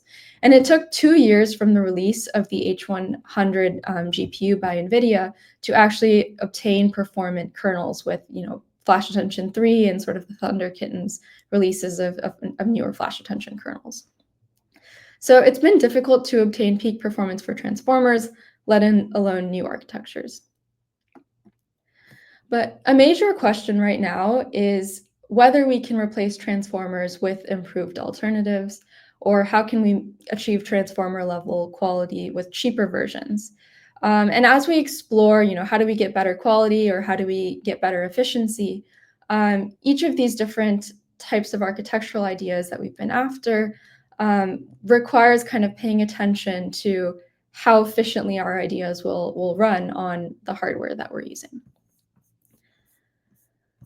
But just to hammer home the challenge here, when we kind of take a look at some of the popular candidates of efficient architectures that have been proposed over the years and designed with sort of efficiency in mind, trying to be more efficient in terms of memory and compute costs compared to transformers, we can see that designing around theoretical efficiency or designing architectures that use maybe asymptotically less memory and compute than transformers, in theory, has not always led to architectures that actually run faster than transformers in wall clock speeds on hardware. And so there's this big gap here between kind of thinking about this AI theoretical efficiency and wall clock efficiency. And part of the goal with ThunderKittens is to help address some of that gap and make it easier for AI researchers to quickly prototype on new ideas and understand what the hardware prefers. Okay. So to make the research question precise and just hammer it home with ThunderKittens, again, the goal was how concise a set of programming abstractions can we use to support fast, simple kernels for a breadth of AI workloads. Okay. So here on the kernel side, what do people actually use to write the peak performance kernels right now? So we have a couple of different strategies for, a couple slides here just on laying the landscape of how we might go about kernel programming. The very basic level could be writing raw assembly. So over the past couple of months, have been diving a lot into AMD GPUs, which has been really fun. And a key lesson there is that a lot of the peak performance kernels, for instance, for FA3 or for GEMS, are written in raw assembly. So here you can see two traces that I've shown. These are outputs of the ROC profiler if you take the provided AMD kernels and run them through. And you can see these different colors, which sort of correspond to the greens being like matrix multiplications, oranges being shared to register loads and so on. And there's extremely fine-grained interleaving of many different types of heterogeneous instructions. And each of the rows here corresponds to what a particular warp is running in a thread block. So you can see the warps are just sort of jumping all over the place, doing a mix of matrix multiplies loads and vector ops and all these different colors. Programming at that really fine-grained interleaved level is high performance, but obviously quite difficult and slow and limited to a few experts here. We can also see here some of the SAS or the machine code from NVIDIA, an NVIDIA Flash Attention 3 kernel, so the main Flash Attention 3 kernel. And you can see here that we have sort of fine-grained SAS in assembly. We have kind of really interleaved fine-grained regular patterns. So I guess the point of what you can see in the FA3 Cutlass SAS is that there are these regular patterns that keep appearing again and again. So we have F2 FP and we have this FMUL and we have that repeated over and over and over again. And so when we have these repeated regular patterns, it might help lead us to think like, oh, we should be using larger programming primitives and capture this regularity and move up a level of abstraction from thinking about this like fine-grained interleaving of these individual operations. Another type of strategy that's used, so here on the right, we have a snippet of code from Mojo's modulars, sort of AMD gem code on an MI300X AMD GPU. And here it's implementing a gem. And they use at the bottom, you can see something called scheduling hints. So the idea here is that the programmer doesn't actually really think about any of the, write down the assembly or write down instructions in a fine-grained interleaved format, but instead provides hints to the scheduler to interleave the operations in particular ways. And so there's this whole spectrum of how we might be able to program. We could provide compiler hints, we could use assembly, we could write really fine-grained HIP or CUDA instructions. But I think the takeaway here is we want something that's fast, repeatable, extensible to the breadth of AI workloads we care about, and uses as large a set of basic tiles or basic data types as possible to abstract out. these fine-grained details. So, really the question here is, where should we set the programming boundaries between sort of, writing in C++, writing in assembly, inline assembly, using these compilers, and then on top of all these building blocks, writing down our kernel schedules, things like producer consumer, or these, aggressive kernel fusion, things like mega kernels. And also, as we come up with these programming abstractions, what insights will scale to our multi-silicon future? So right now, NVIDIA is largely dominant, but we have Cerebras and Etched and Samba Nova, AMD, and Trainium, many different types of GPUs, and we'd like to really be able to take advantage of all of them. So looking at the landscape holistically here, we have basically on one end of the spectrum, so kind of recapping before we go into ThunderKittens, why is it hard to write these hardware-aware AI kernels? And why has there been this gap between theoretical efficiency and wall clock efficiency as we iterate on these new AI architectures, AI algorithms? The first main challenge has been that some of the architectural choices that we make are not actually compatible with what the hardware prefers. So for instance, some of the architectures that are efficient in theory don't actually use the tensor cores or those matrix multiply units, which is just a big loss in performance. And some of the architectural choices require really unstructured memory accesses and are not really hardware friendly as we think about the need to have sort of coalesced and large loads. The other main challenge has been that of the tooling and the software support. So just to look at the two axes here, we're going to think about what is the peak performance that we can elicit out of our GPU when using programming abstractions on the y-axis, and on the x-axis, what is sort of the simplicity and usability for AI researchers. So on the far right, we have things like PyTorch or TensorFlow or Torch Compile, which is the way in which AI researchers go and write down their new algorithms, new architectural ideas, and iterate and understand the quality. And these are very familiar to the AI audience. So in similar spirit, using a Pythonic interface, there's Triton from OpenAI, which is very, very widely used.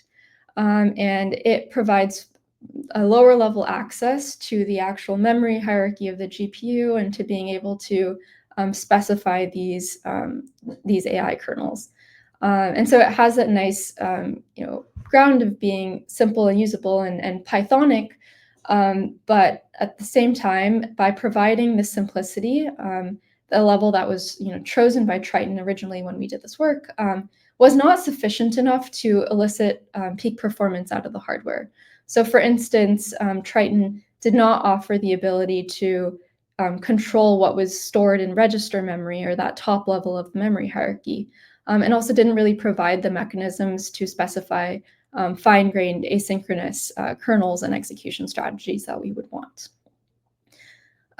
Obviously, these days we have linear layouts and gluon and new techniques here, but this is sort of what we were looking at when we started the ThunderKittens work.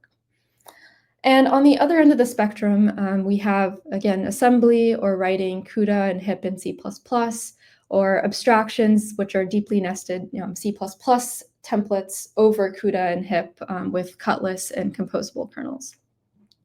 But those latter two, despite providing some semblance of abstractions, are not very Pythonic, not very aligned with how AI researchers like to go about doing their work in PyTorch style frameworks, and use kind of these deeply nested C++ templates, which are hard to think about. And that latter point is more opinion and also kind of talking to many people who try to write these kernels. So with ThunderKittens, we provided this framework that, studying the question of what is the sort of minimal set of abstractions resulted in ThunderKittens, which is a DSL to achieve simplicity and speed for a breadth of AI kernels. And I guess a very poor proxy for simplicity, we have sort of like lines of code in the library here. It's just 4 folders. We tried to keep it very, very lean. If you kind of go into the repo and look it's sort of tries to be as transparent about what's going on with the hardware and what each of the abstractions is trying to do. So mimicking our discussion of the challenges at each level of GPU parallelism, I'll tell you a little bit about the abstractions that have gone into ThunderKittens to help alleviate some of the challenges I discussed. So at the base level, when I talked about this problem of, warps are working together, they each need to own different data elements and process it. And that challenge of managing which threads own which parts of our data, these memory layout challenges, what ThunderKittens does is it specifies a base 16 by 16 tile as its core data type, which is philosophically trying to be very much like programming with tensors in PyTorch. All of the details and complexities of the memory management of which threads own which parts of that tile, we try to abstract away from the user and automatically select those memory layout decisions to be as compatible with what the hardware prefers as possible. So the reason that we'd pick 16 by 16 tiles in this original version of ThunderKittens is because the underlying HMMA SAS instruction that we were looking at on the NVIDIA side of things was a 16 by 8 by 16 matrix multiplication as that base intrinsic for NVIDIA. And I'm seeing here a question on the chat that's, how different is HIP from CUDA in terms of programming and syntax? And both of them are very, very, similar. You can basically HIPify your CUDA code very quickly, and it works pretty well. But the actual details about what the tensor core instructions look like, what the memory movement capabilities we have, and so on look quite different. And why I bring this up here is that I just mentioned, the 16 by 16 tile size is picked because the underlying HMMA instruction on NVIDIA. But on the AMD GPUs, we have many different and sometimes smaller tensor core shapes that we're going to be using. And depending on the MI300, MI325, MI355 platform that we're using, different tensor core instructions that we want to be using. And so the tile size here is really meant to be kind of co-designed with what that base instruction that you're going to be using is. What's the base size of that matrix multiply unit? But it's really designed around that tensor core. And I'll tell you a little bit about more about that in the next slides. So if we think about memory and register memory, shared memory, global memory, tensor cores at the, when we're thinking around like, okay, our goal is to be using these tensor cores require very, very particular register memory layouts. So when that instruction, the tensor core instruction is called collaboratively by a group of threads, it expects that certain threads own certain parts of the input matrices to the matrix multiplication. So forgot to switch side. In black here, we have an AMD A matrix register layout for a 16 by 16 by 16 BF16 instruction. And in yellow here, I've denoted what parts of the matrix this A matrix thread 0 owns, in pink thread 1, in green threads, I think 16, and red thread 17. On the far right here, I'm showing you an example from NVIDIA's BF16 A matrix register layout. And you can see that the positions of which thread owns which part of that A matrix looks quite different on these different GPUs. But that's like our top level constraint. So really in ThunderKittens, we tried to make our register layouts eager. In other words, pre-assign the thread ownership to be compatible with what the tensor core instruction is going to expect that thread to own. And this has cascading implications going down to shared memory and global memory layouts. So on the other end from global memory, the hardware is really encouraging us to use large, coalesced, aligned global to shared memory loads. Large, to minimize instruction issue latencies, and then coalesced aligned are what's hardware friendly and what's sort of like implemented in terms of the strides there. In between global memory, where we want these large coalesced aligned loads, and register memory, where we have these really particular constraints about which thread owns which element, we are often going through the intermediate parts of our memory hierarchy, or shared memory. And shared memory is designed in a way that's banked. Or in other words, that shared memory space is broken into, say, 32 or 64 chunks that can simultaneously serve memory to threads. And banking is really nice because it can help us, get high throughput and serve multiple pieces of data at a time. The challenge is that if multiple threads try to access the same bank at the same time, their memory accesses will get sequentialized and really hurt our overall kernel performance. And so that challenge of how we should actually represent data in shared memory in order to both let threads use those eager register layouts and at the same time make sure that we're using large coalesced aligned global memory loads is quite annoying and challenging to think about. And so the granularity of those global loads and the register layouts will also govern our ability to avoid bank conflicts and tell us like how flexible we can be in even getting rid of all of those bank conflicts or occasions when multiple threads are requesting memory from the same bank. Let me walk you through one example of where this could be a challenge concretely from our experience working on the AMD GPUs. So recently, a wonderful master's student at Stanford, Will, and I have been looking at these problems.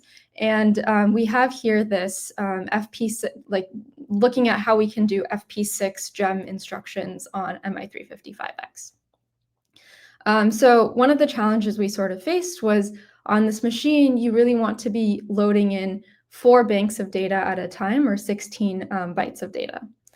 And on the register side, for the Tensor Core instructions, each thread needs to own 6 banks worth of data.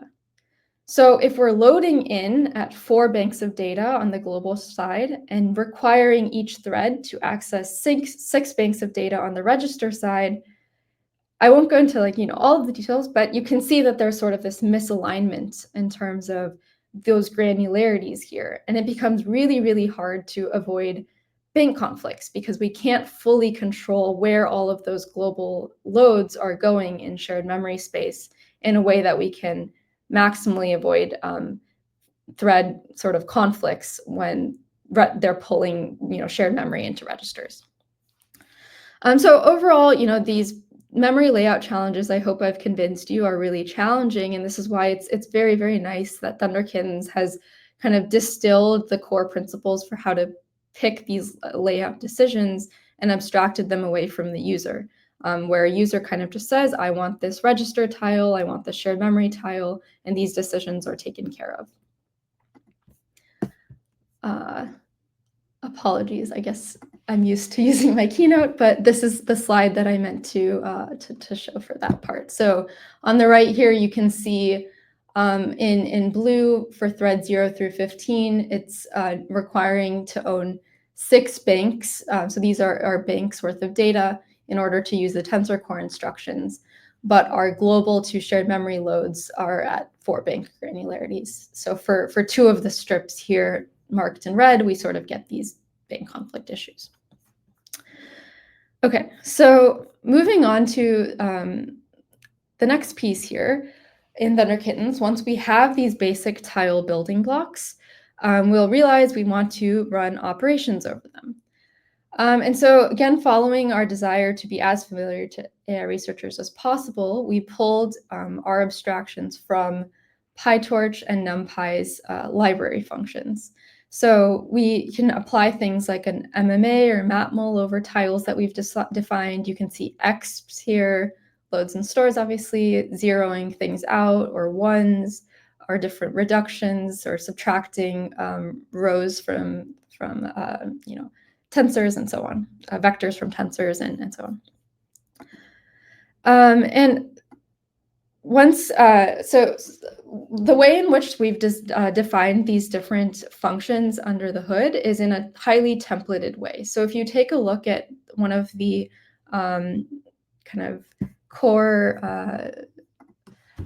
files in the ThunderKittens repo for some of these instructions, you can see that we define these core templates, for instance, for tile maps or tile reductions. And that makes it very, very easy to add any additional operations that you care about. For instance, adding 2 tiles, subtracting 2 tiles, multiplying 2 tiles, dividing 2 tiles can all kind of wrap the same underlying instruction templates. And this has helped us kind of, with code cleanliness and making things as easy to understand as possible. And the other important thing to note here is that these ThunderKittens functions are designed to have no side effects.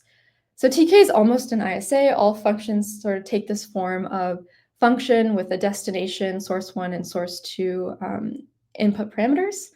And we're basically just wrapping sort of like PTX or assembly instructions for the most part, as much as possible here. And an additional important design decision was that ThunderKittens is written in HIP or in CUDA.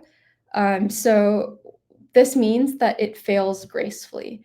If a new hardware platform comes out, like say Blackwell comes out, or a new set of functions is required that is not yet supported in the TK function library, we wanted developers to be able to quickly write their own inline functions in CUDA and HIP as soon as possible with no sort of delay waiting for some upstream company to update the repository. So we really wanted ThunderKittens to fail gracefully there. And emphasizing that point, sort of when Blackwell came out, some of my collaborators on all this work, Ben and Dan Fu and folks implemented Blackwell in the span of, say, like 2 days, which was very exciting. Okay. At the next level of the hierarchy here, at the block level, ThunderKittens provides a general kernel template for coordinating asynchronous execution across warps in a thread block. And we have a template that's sort of built on the producer-consumer paradigm where we take care of deciding, which warps are going to go and do loading and storing, which ones are going to do compute, and how do we manage the synchronization between those subsets of workers. What this template does is basically reduce the developer's effort to populating a few boilerplate functions within this model. So very similar to when you use nn.module in PyTorch and need to fill in an init function or a forwards pass, our goal was to try to have a boilerplate load function and compute function and store function that says what needs to be stored in this kernel, what needs to be loaded, what needs to be computed, and then the orchestration of warps and synchronization around executing these boilerplate functions is taken care of on the TK side, similar to how AutoGrad is there on the PyTorch side. And we provide levers to tune this template. So how many warps are going to be working together in the template, or how large of sort of buffers of memory might be able to exist between the different partitions of workers that we have executing this template in order to minimize synchronization. This is a toy example of that tuning process in action. So here for our attention just simple flash attention to style kernel in ThunderKittens implemented within the template, you can kind of tune the number of consumer warp groups that are working and the number of stages that are going in being between our producer and consumer work groups, and you can see how you can tune the T-flops and performance of our overall kernel by toggling these simple integers that parameterize the template.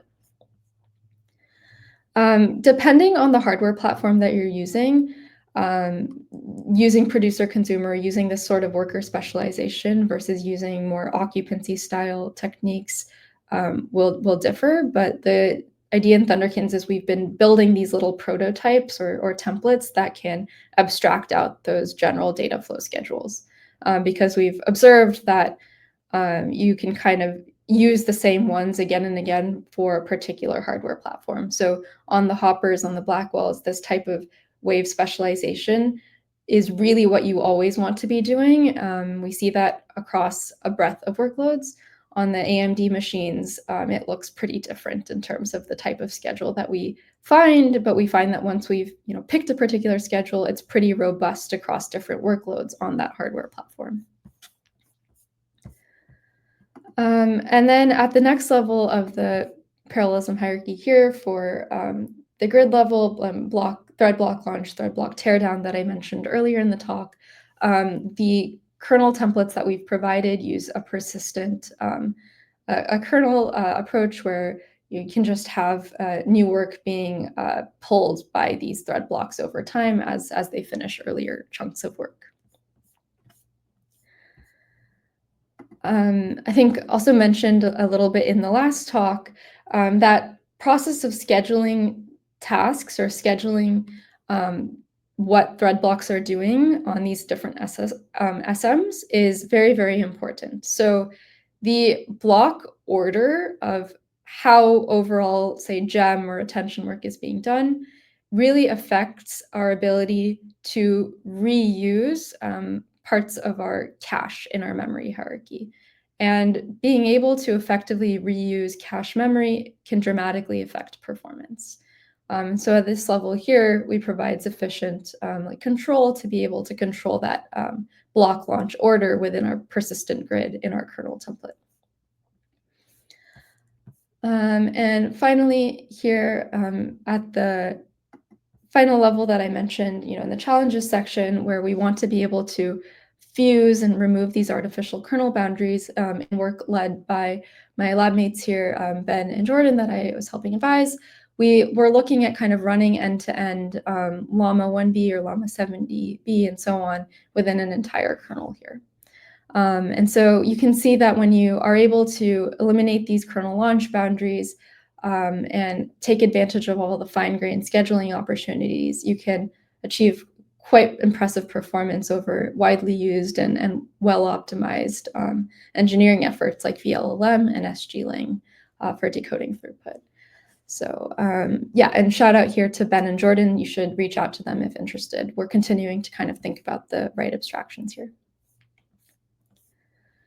Okay, so at the beginning of the section, I mentioned, the question, how concise a set of programming abstractions can we use to support fast, simple kernels for a breadth of AI workloads? How did we evaluate this? So recapping the principles of ThunderKittens, we observed that AI workloads follow a few patterns, and ThunderKittens can use a small number of primitives for programming our kernels. We wanted our primitives to be transparent to the underlying hardware. And we wanted to restrict the set of primitives to those that yield high performance. So sometimes there are nice functions that you wish you had when writing a kernel sort of lazily, but we try to eliminate those from the library to make sure that we can guide developers on the right path.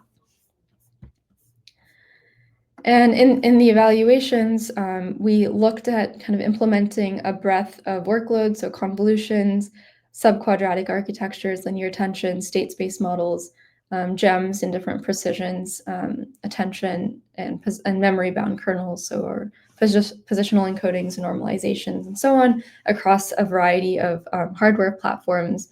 And we're interested in what sorts of speeds we could get out, as well as how simple the code looked and felt, and so how often we were reusing the same underlying TK function building blocks, and a poor proxy that I've put here, but lines of code. And we kind of found that with our approach, we could use drastically fewer lines of code than the higher complexity CUDA, HIP, Cutlass, composable kernel style approaches, while matching or performance and being competitive. And we could use comparable lines of code to the simpler frameworks like Triton, while sometimes outperforming the performance that you could achieve there by massive margins. Through this project over time, we've been kind of stress testing our core philosophy and ideas across different hardware platforms.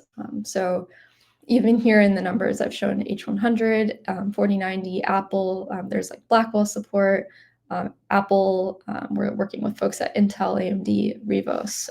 So it's been quite exciting to see these ideas generalize.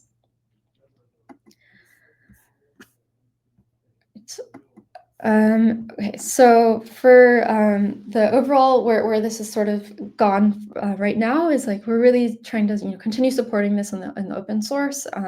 We've been excited to get contributions from a bunch of folks, including the GPU mode community, and would love to keep working with you all and getting feedback and understanding how to improve these ideas.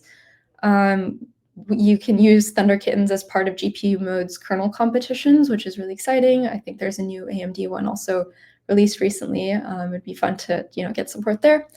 And we have presented this work at iClear recently and been excited to see the ThunderKittens framework used in a bunch of published work by different universities over the past few months. In industry, ThunderKittens is currently used at Cursor, Cruise, Jump Trading, and Together AI to write custom production kernels. And also, most importantly, the goal here was to kind of simplify this experience of writing kernels, especially for a bunch of us in our lab at here at Hazy, where we're really interested in these new architectures. So we've been excited to see collectively in the community a bunch of approaches towards this goal. So ThunderKittens itself drew inspiration from many different prior works and a long history of ideas in high performance computing, parallel programming, and including, I want to shout out, Triton, Halide, Cutlass, Flash Attention, all of that work was heavily inspirational. And in the past, sort of year or so since we released ThunderKittens first in May 2024, we've also seen a lot more of these Python-like DSLs for high performance kernel writing. So I think that, this problem is being addressed in a variety of ways, which has been great. Okay.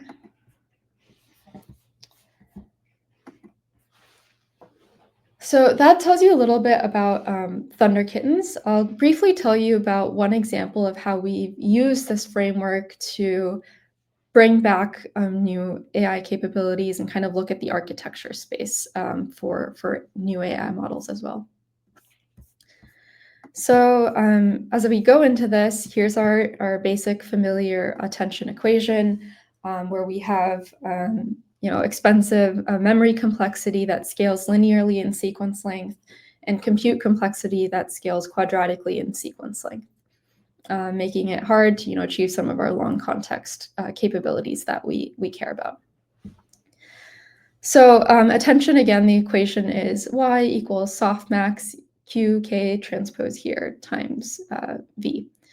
And here we have the softmax over this QKT matrix. This QKT matrix is an n squared sized matrix, and we apply the softmax over that. So again, this memory complexity scales linearly in sequence length, compute quadratically. So when we're thinking about memory with a transformer, the KV cache is what is the real cause of this, what is causing this linear memory complexity.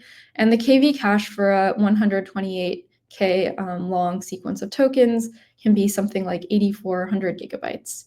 In contrast, Llama 70B parameters is like 140 gigabytes. So these KV caches for individual sequences that we care about processing start to approach the memory consumption of our model altogether. So it's a massive issue in machine learning. And you can see here that there's a close relationship between the size of this KV cache with the memory consumption of our attention transformer architecture and the throughput or tokens per second of experience that we can get when interacting with these models. So as a result, one popular idea from 2020 and earlier, been a bunch of work here, is to, instead of using this softmax equation, take this attention equation and instead use these feature map functions that are independently applied to the queries and to those keys transposed. So here we have this feature map function phi that you can see we have phi of q, phi of k transpose. And what is specifically nice about using this instead of the softmax, standard softmax attention, is that we can reorder our matrix multiplies to reduce the memory and compute complexity of our computation. So here, what we can actually end up doing as we produce our different yi out of this like linearized form of attention is that we can multiply the keys and values first, whereas for softmax QKT, we need to multiply the queries and keys first before we can go and apply that softmax equation. So by decoupling these feature maps rather than that softmax applied collectively to Q and K, we can change the order of these computations. So when we go and multiply keys and values first, we get a memory complexity that's D by F, where F is the dimension of like the output of our feature map. And our compute complexity becomes linear in sequence length. All right. But a key question is how we should actually choose that feature map function to balance quality and efficiency here. So if we look at this feature map equation, if f is equal to n, then the memory complexity becomes n by d and compute becomes n squared by d, which is exactly the same as we got out of vanilla softmax attention. If f is a lot smaller, we get much more efficiency out. But hopefully intuitively, there's a trade-off in machine learning. There's this information bottleneck. If we use very, very small amounts of memory, it becomes hard to remember everything that is going on in our sequence that we're processing, and we get sort of quality degradation. So there's this quality and efficiency trade-off that's hopefully somewhat intuitive. So going back to ThunderKittens, we wanted to kind of see, what is the sort of, in some sense, choice of these linear attention feature maps that the hardware might prefer. And this exploration resulted in something called the based linear attention architecture that we proposed. And what was really exciting about this was we could start to get really, really high T-flop numbers and utilization numbers out across a variety of sequence lengths while using pretty large state size, pretty large amount, like reasonably large amounts of memory with our feature map choice. To kind of sort of balance this quality and efficiency trade-off space. So with ThunderKittens, we explored different forms of like this hedgehog linear attention. We tried optimizing Mamba. We worked on this based linear attention. And what was really exciting about based is it's really designed around properties that are present in Hopper and going forward. So leveraging the WGMMA and also by design kind of requiring a small amount of data movement between global and shared memory, and doing a lot of the kind of state expansion and artificially growing that feature map dimension F on data that's already in fast shared and registered memory. So kind of by co-designing this linear attention with the hardware features in mind, and from our experience with ThunderKittens, it allowed us to more effectively balance quality and efficiency here. I showed earlier this contrast between the plots of memory consumption on the x-axis and quality on the y-axis, and how it's been hard to kind of map that theoretical efficiency to wall clock efficiency. Here we were really excited to see at the time, there are popular architectures out there, Hyena, H3 Mamba. We could start to expand architectures to use 8 times the memory of some of these prior models that had been proposed, while running at 5x the hardware utilization of some of those prior architectures as well on these Hopper++ GPUs. Okay, so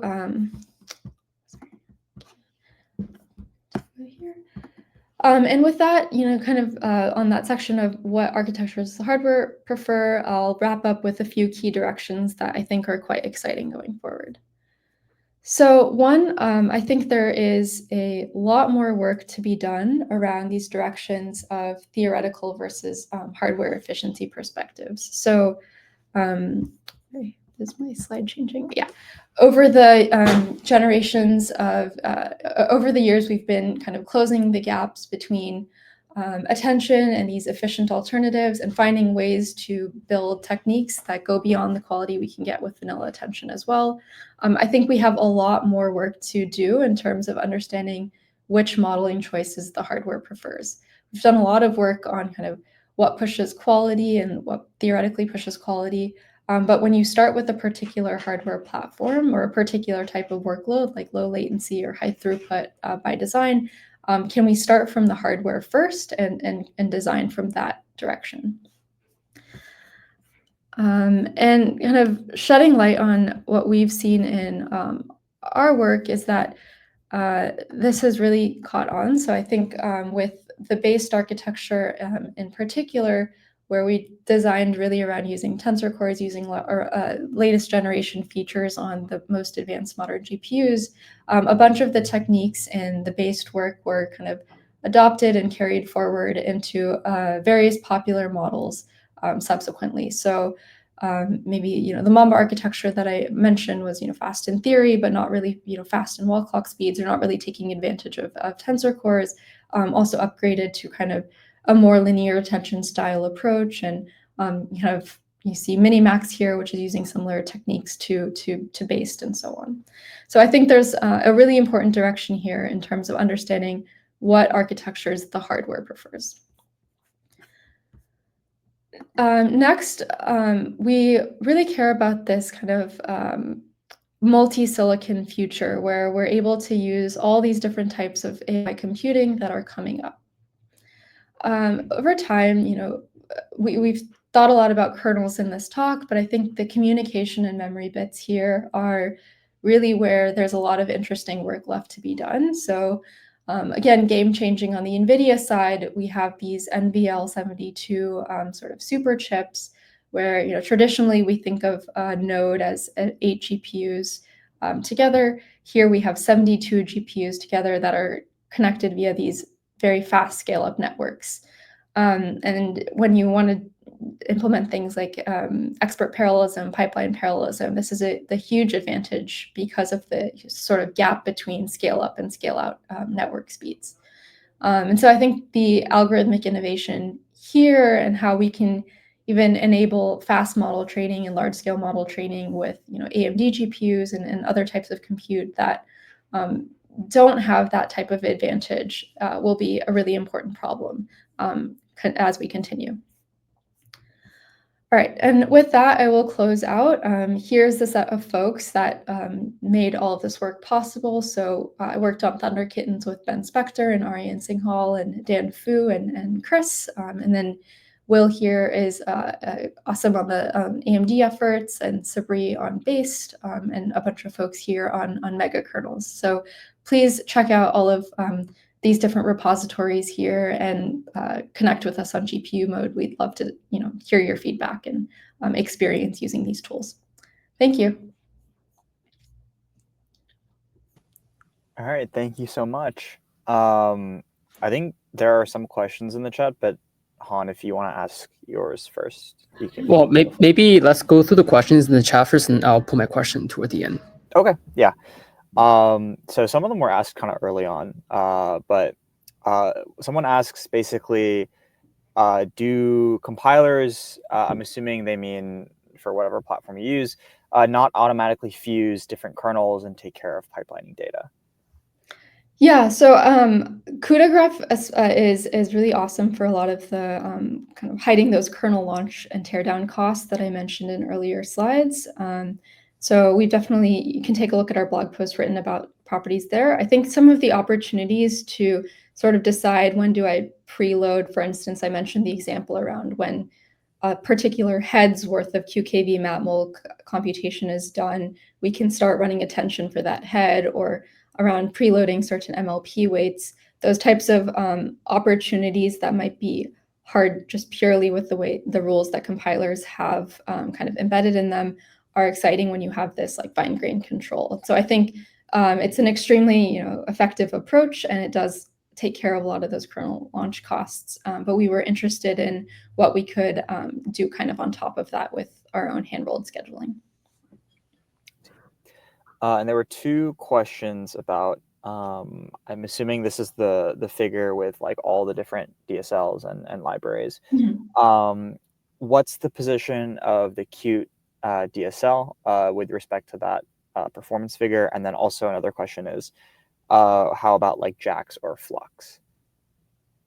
Yeah, great questions. So Qt DSL, I guess personally, I've mostly read some of the code. Like I think that recent FA4 kernel that came out, that it looks very, very clean, and I think that it looks very promising. So I would say it's made a lot of progress since early 2024 when we started looking at Cutlass and achieves a lot of these goals. It's Pythonic, it's simple, easier to read, so it's really, really great work. I think it still is more on the NVIDIA. I mean, it is more on the NVIDIA side, and so I think it's interesting to see what kinds of design decisions would change when we want to like also extend to say Apple or AMD GPUs and so on, and like how we can go there. But I think tile-based programming is definitely here to stay and reflected in a bunch of these frameworks now. On the JAX and Flux side, honestly, I don't really use JAX or Flux much, so I don't feel like I have much to comment there. And then another question is, does TK use NVCC, I guess, under the hood? We compile, so it's compiled code. So yeah, we use an NVCC compiler there, like Clang LLVM stuff on the AMD side. The compiler bits are quite interesting. I think like on the NVIDIA side, you don't see as much like instruction reordering and so on when you compile from the code that you've written on the CUDA side or with inline assembly to the SAS. And we find that the compiler is actually pretty, it's able to kind of handle inline PTX very, very well and make optimizations around that. On the AMD side, it's been a bit of a different experience. We find that kind of using a bunch of assembly inline volatiles is more of like black box to the compiler, hard to sort of reorder instructions around that. And there's also opportunities to kind of provide scheduler hints to the compiler as to how to reorder instructions. And so I think the compiler questions here are actually very interesting to think about when we pick like how to build these programming abstractions. But yeah, I think for TK, we're using the sort of default compilers there. And then the last question is, have you explored different partitioning mechanisms of task loads operating on tensor cores to see if different templatizations work better in ThunderKittens?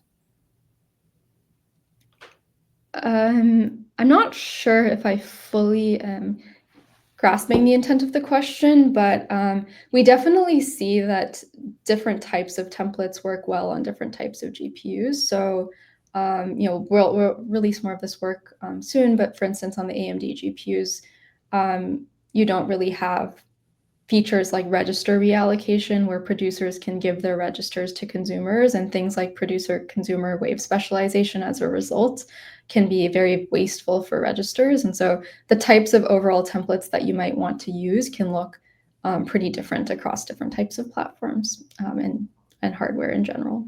Yeah.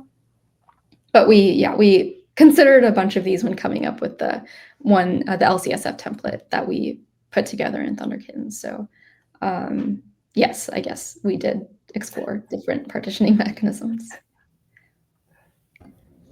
So maybe I'll chime in with two questions on that. So first of all, thanks for very nice presentation. So my first question is, I think one sort of a very different programming model from TK compared to like TVN or like Haley, kind of a different algorithm and scheduling languages. I'm just curious, sort of your take or comments on this very sort of different philosophy of more like straight line compilation versus more heavy scheduling algorithm. I'm just curious what's your take on this. And my second question is, one thing that's been challenging for compilers is as chip keep coming up, how can the framework can keep adapting yourself to a newer generation? So I mean, we know TK adapts extremely fast, different newer generation different chips, different hardware. I'm curious what sort of secret sauces that you build early into the framework that make it easy to adapt to to different newer generation of hardware? Yeah, great questions. So on the first one about, we have compilers, we have assembly, we have HIP, CUDA, C++, or Pythonic frameworks, and various levels of abstraction. I sort of think things will move more towards we'll implement schedules and like the patterns of mega kernels or the producer consumer, the occupancy based schedules in Pythonic frameworks. And that should be pretty easy because we have core building blocks.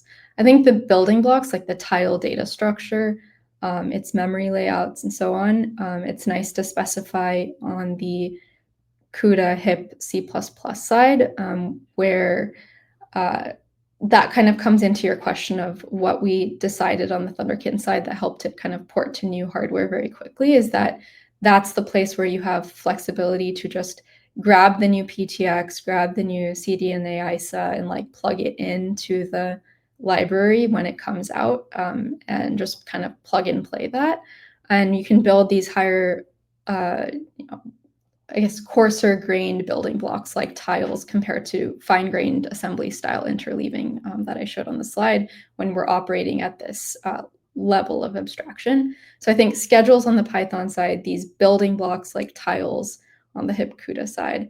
And then I think for the compiler side, you might see, those issues that I mentioned where sometimes inline ASM volatile inline instructions are treated as black box. It's hard to sort of reorder around them.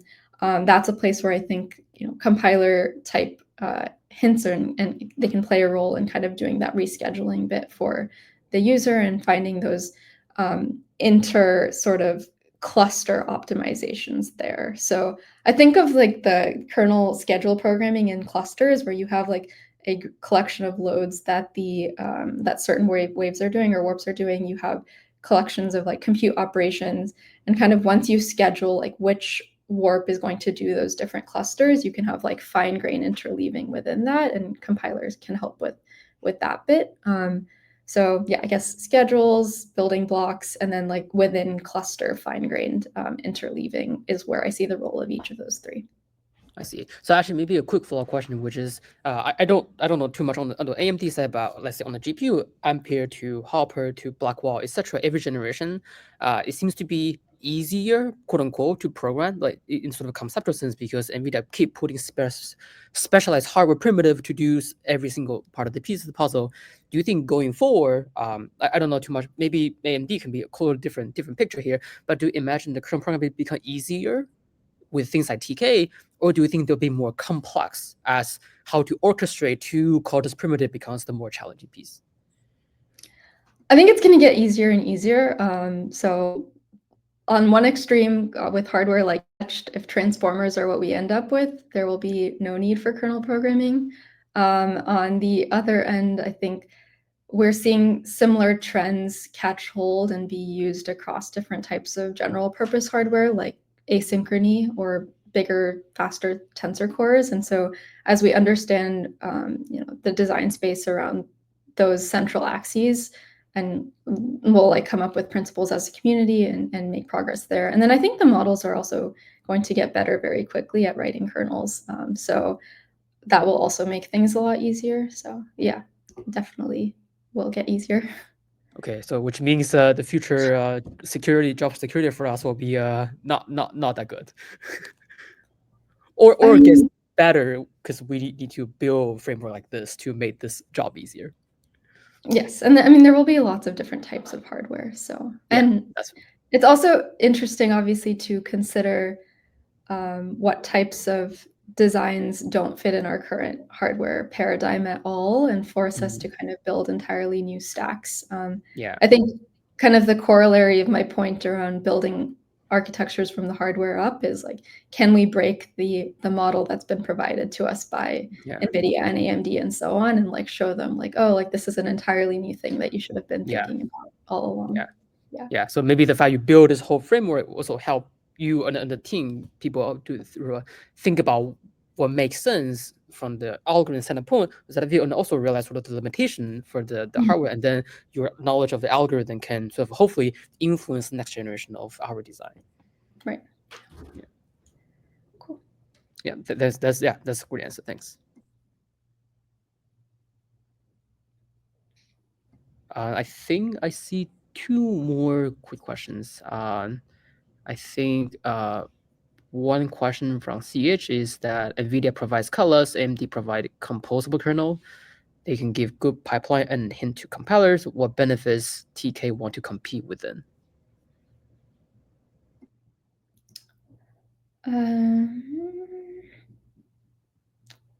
Yeah, so I talked a little bit about Cutlass and composable kernel on one of the slides. So firstly, I think that TK is more of like art project. Like it's nice that it's being used in development, but mostly it was like kind of around that research question. So I don't think we're necessarily like competing with them. I think they're very production grade, widely used software platforms. But Cutlass and composable kernel, as I've kind of like dig through them and read some of the kernels implemented in them, kind of following the logic of the kernel has been a bit difficult. It kind of tracks through many different files and many different dependencies and like sort of deeply nested templates. And I think the learning curve there was it is a little bit harder, but that's, I guess, just opinion. And I think the older versions of Cutlass composable kernel more were oriented. Yeah, I think we tried to kind of minimize the set of like abstractions that you would need a little bit more. So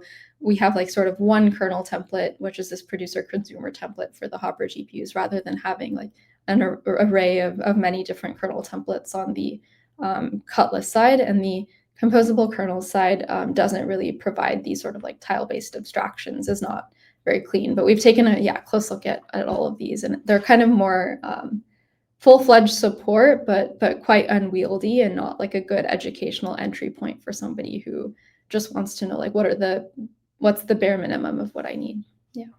Yeah, thanks. And then in the interest of time, we'll take two last questions that just pop up in the chat. The one question is about the opinion of Mojo. I guess that's relatively in the same sort of vibe. The question about different frameworks, so just your thoughts on Mojo.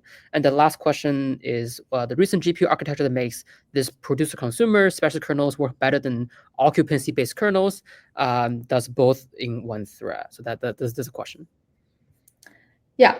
So for Mojo, I've played with it a bit. I did some of the GPU puzzles that they released, and I also, at the beginning of this talk, talked about their MI300 gem kernel. I think Mojo's really exciting. It's multi-silicon and very extensible. Sometimes I've had trouble printing things, which I like to do. But beyond that, and some of the error notifications are a bit hard to parse when you make mistakes, but beyond that, I think it's like can get you peak performance. It's like Pythonic, and they have very clean abstraction. So excited to see it continue to grow. For recent GPU architecture, so I think one of them is the register reallocation bit that I mentioned. So if you create a warp and you want it to be a producer that's only doing global to shared memory loads, but it also is using up a lot of your registers, it can be kind of wasteful and create more register pressure. So what's nice on the Hopper GPUs is that you can have dedicated sort of producer warps give their registers to the consumer warps from the shared pool of registers. So that's one. Two, you kind of need sort of these fine-grained synchronization abilities. So you want to only synchronize consumer warps or only synchronize producer warps, or kind of set up these barriers. And so the M barriers on Hopper++, and those are nice, but perhaps you could implement them with shared memory anyways. So I think those are two pieces that you'd want. And then the asynchronous memory pipelines for sure. And sort of sufficient shared memory to have buffers that are deep enough between the producers and consumers for more compute bound stuff. Yeah, great. I think that's in the interest of time, I think we'll end the session here. I think there are a couple questions in the chat we don't have the time to get through, but if Simran, if you can leave your contact information, we can pass them to the audience so they can follow up with the questions if they have any. Sounds good. I will leave my email.